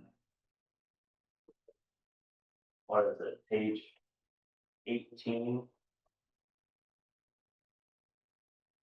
Which is item 5, item 6. Isn't there a third one? And item 4. Am I correct about that? CPO bound. The CTO balance. There was you know, are you finished talking for time being? Not quite. Okay. Tell me when you're done. The bank system, from what I have heard in the past, was put in place because at the time, short-term disability insurance was very expensive, and this was the way for the town to provide a means of short-term disability for their employees. Now, we have employees that have built up accrual amounts. I'm sure you've seen the checks that we've written out in the last 2 weeks. It is a liability that we've talked in the past about budgeting for, but you accrue hours basically at a lower rate of pay also, and then you get an increase. You get to take them at the higher rate. I just think the bank system's too complicated and leaves too much of expense on the table for a future board to not know about. Exactly. Well, I'm gonna go back to union negotiations when the rank is filed with the Public Works Department. The former road crew went union. Unfortunately, I was taken sick during the negotiations, and for reasons which I do not know why, maybe out of expedience, the negotiating team from the board put in the personnel policy. To me, when people want to join a union, you start from scratch. You throw out everything that they're currently receiving, and you start from the beginning, you see? And so if you start from the beginning, they might have ended up with maybe less of a product than they had to start with. So that should have been taken care of for the outside crew at that particular juncture. But we're still living with that. And Evan and I have been talking about this for years, about this CTO time and this tremendous amount of money that it takes. One employee recently got done, and it was $15,000 that the town had to come up with, just like that. So we need to get away from it somehow. We need to find a way to pay everybody off or something and just start at zero. Or we need to have some kind of sick time, like the company I came from. You could accumulate 815 hours of sick time. And when you got done, you received 35% of that as a severance package. And that kept you from abusing sick time, like some companies do. They don't want to accrue sick time, so they call it sick 1 or 2 days a month to use that up. So, I mean, no matter what you do, there's always somebody going to try to take advantage of something. But I think we need to get rid of the CPO time. If you notice, we've had difficulty with the crew taking every Friday off. If you notice what they do, they use CPO time lots of times. so they don't have to come to work on Friday. Maybe we need the crew working on Friday, or at least half a crew working on Friday. Maybe, you know, 2 could have off one Friday, the other 2 could have off the next Friday. You know, 2 people can work, 2 people can do a lot of work. 1 man can do a lot of work. If you're not worried about safety, but at least 2 men should be on the job. So I agree with that. That, like I said, we've talked about it before. We need to find somebody to run it. In the past 2 weeks, I think we've cut like 33 grand in bank buyouts. At least, And probably, I would have to guess there's at least an employee in the highway department that has built up and probably 2 in the office. But other than that, I'm fully support getting rid of this plan, but we'd like to. Obviously, we need to know exactly what the costs are, so it sounds like a budget conversation rather than a July conversation. unfortunately, the hole is bigger during budget time. You know, and just say, yeah, let's get rid of this crap, and what the cost is and what we have. I wasn't saying open a blank checkbook. I was trying to broach the idea of getting rid of the banks to the board and where do we go from there? Okay, take a temperature. I support it. I think it's a complicated system we have currently, and there must be a better way to do it. Agreed. But you do have a system in place and people have been buying into it, so there is a cost to getting on it, which is a bit of a hurdle. I mean, Go ahead. maybe we budget it as a liability and have it in a fund. That is one way out of it. Cause you know, right now we're carrying hours times rate in a budget for a dollar amount. And if it's unspent, cash on hand at the end of the year. Maybe it's that overage, if you will, was dumped in a fund when a long time good employee left and the bank was purchased out, it wouldn't be a hit. previous boards have done foolish things in Johnson. Years ago, rather than give employees a decent raise, they allowed them to take 5 hours overtime every week. To me, that was really foolish. Really. And that has continued to go on year after year after year with our budgeted overtime, because that is basically a target.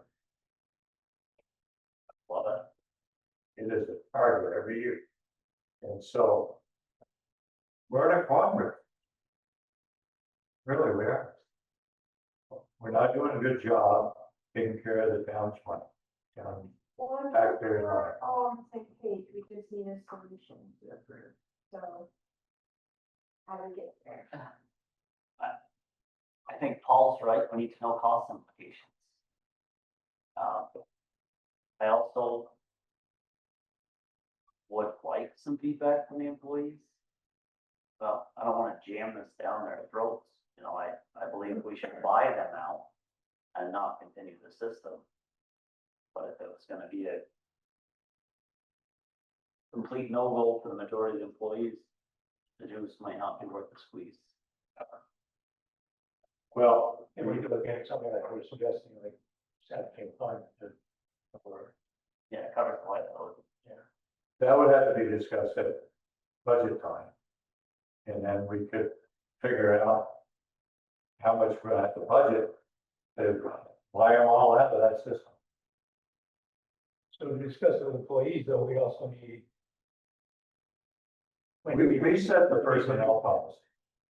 Board sets the personnel policy. Understood. And Following up on Evan's suggestion, they would like to get some feedback from employees. You need to be able to say, here's what we're thinking of doing, we're gonna buy you out. and here's what we're thinking about doing instead.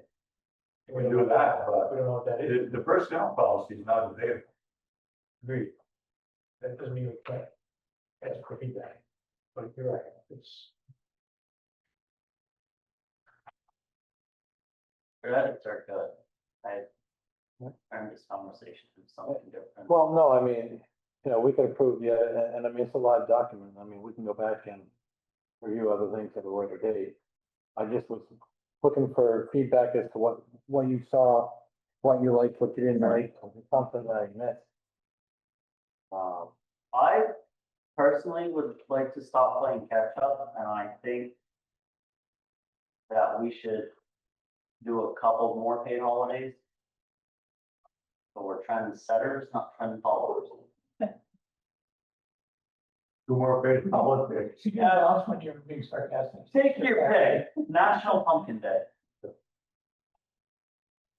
What about, overtime after 8? We need to stick with that, we need to stick with 40 hours. Is that in here?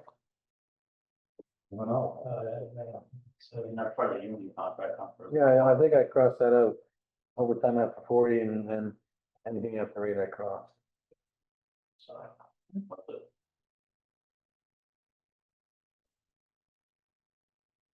You don't get that, John, I can find that.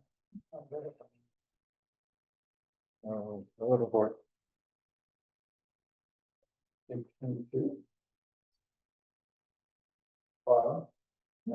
22. Regular overtime, yeah, if you look at A, Overtime after 40 now. you're right.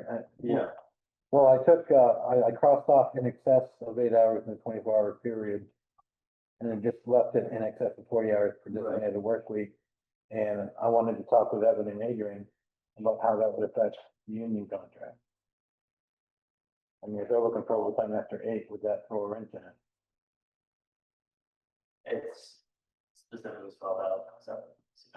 Okay. I personally don't have a problem with our office employee overtime being different than the usual. Okay. I don't know that anybody else feels, but they're very different jobs. I don't have a problem having overtime after 40 for the office employees. Even if the union contract says on the, I hope it doesn't ultimately, but it might. I think they're very different jobs and they can have different pay structures. well, I think overtime should be 40 hours, no matter where you work. Well, I do too, but I don't know if that's going to be in the union contract. Be trendsetters, go for 30. What's that? Be trendsetters, go for 30. Yeah. Well, it's still in the personnel policy. The union contract, says that certain things are not incorporated in the personnel policy. And one of them being, I believe, overtime after 8. Oh, It's not, that one's not, I thought there was some caveat in the union contract about that. but it's in the contract, it's not in personnel policy. No, but I think that maybe I didn't say it right. But I thought that there were certain things in the union contract that was not applicable to them from the personnel policy. They some little caveat in there, wonderful sentence. I'm thinking about, I don't have a contract from me, unfortunately. I think what everyone's saying is that in the union contract, the overtime stipulations are spelled out specifically. That's Specifically 40, anything after 8. We probably shouldn't talk about it in open session. Yeah, like, we're in contract negotiations. We'll talk about that. Slightly a little fear. On some of the pages, I'm seeing like strikeouts, Yes. but they're not colored. That's Well, the strikeouts are stuff that I'm proposing that we take out. Mhm. The colored is language that I'm proposing that we add. Okay, So I wanted to keep it, different, so the changes, the recommended changes are easy to see. okay, that's good. I'm just making sure the Yeah. strikeouts are good. This might be a question. Our retirement, which is page 17, section 14 subsection A. We're Beamer's group B. Should we spell that out? I don't think our employees can select another Beamer's plan, can they? Only one that's open. Occasionally, Beamers will open up a plan, and then people can jump into it. I don't know how they do it, or the reason behind it, but when I first started at Morrisville, it was Plan A.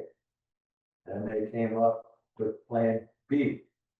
And then they had a window of a Plan C. And I should have jumped in to see.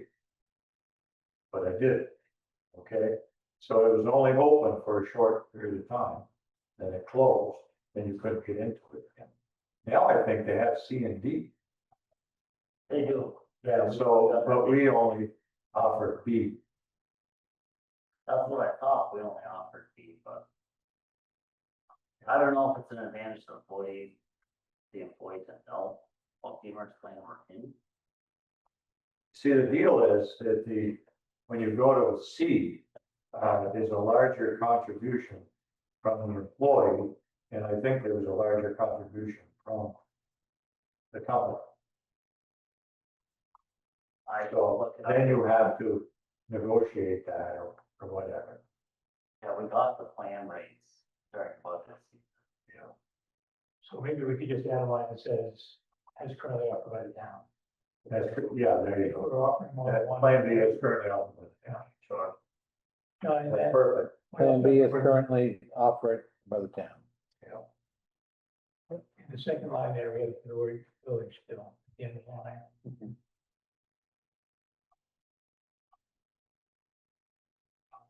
With village, Further down to Uh, here and here.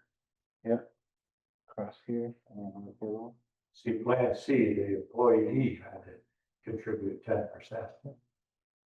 And some people couldn't afford 10%. And So they there's did a the bunch of other, you know. village words. But in retrospect, I should have correctly say. Yeah. Define benefit, define contribution versions. You know, well, I would have got a bigger retirement on our C. Okay, any further, discussion on personnel policy that John's drafted? I think the sexual harassment policy that actually needs to come over to page 14. Where is it? I don't know, we do rewrite in a lot of areas. It's like page 14, 15, kind of 16. Yeah, some of the stuff that I've seen, it's like it's defined as unwelcome. And, in order for unwelcome, you kind of get that first pass and then you have to be told it's unwelcome.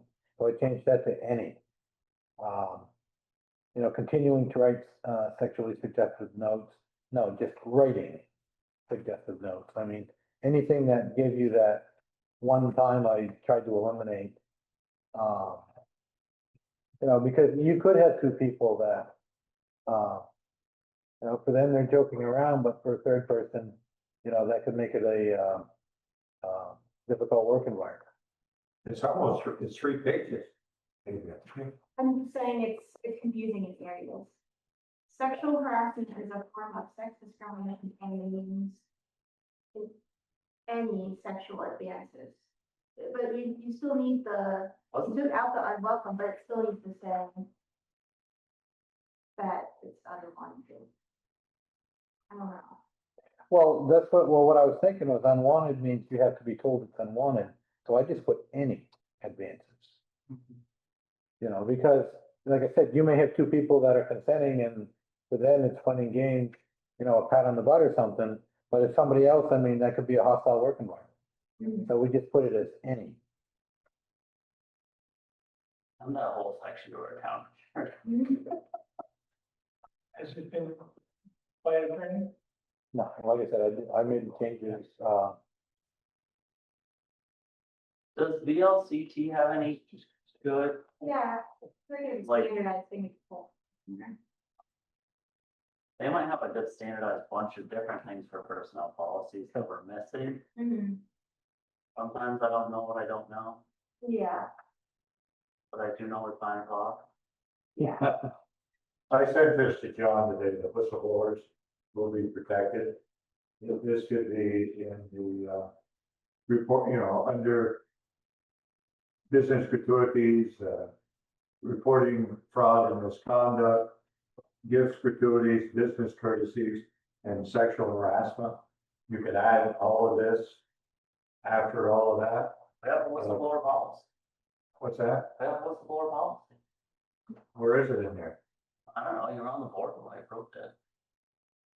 But it should be a personnel policy. Sure, do the whole thing. Makes sense to include it, I think. I think the idea is to, check BCLD, with the big cities and towns. Yep. Makes perfect sense. See what else might be out there. Does it mention the Whistleblower Protection Act in that policy? Anyway, that should be in there. They're protected by the federal government, all of your stuff, state and federal government. So it's in the personnel policy, they know it's there. So they have protections if they do.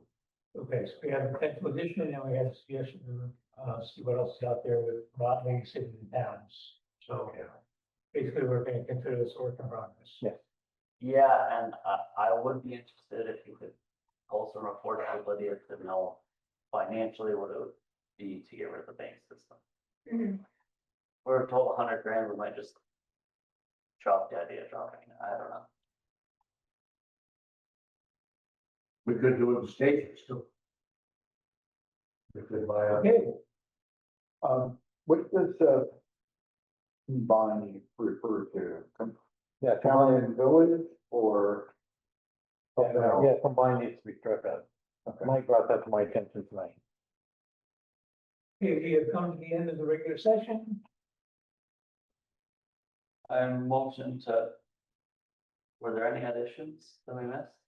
We got the noise ordinance. No, I was over to the elements just now. Okay. I motion to enter executive session as allowed by 1 VSA 313 A3. Personnel matters. Inviting John Sutherland to attend.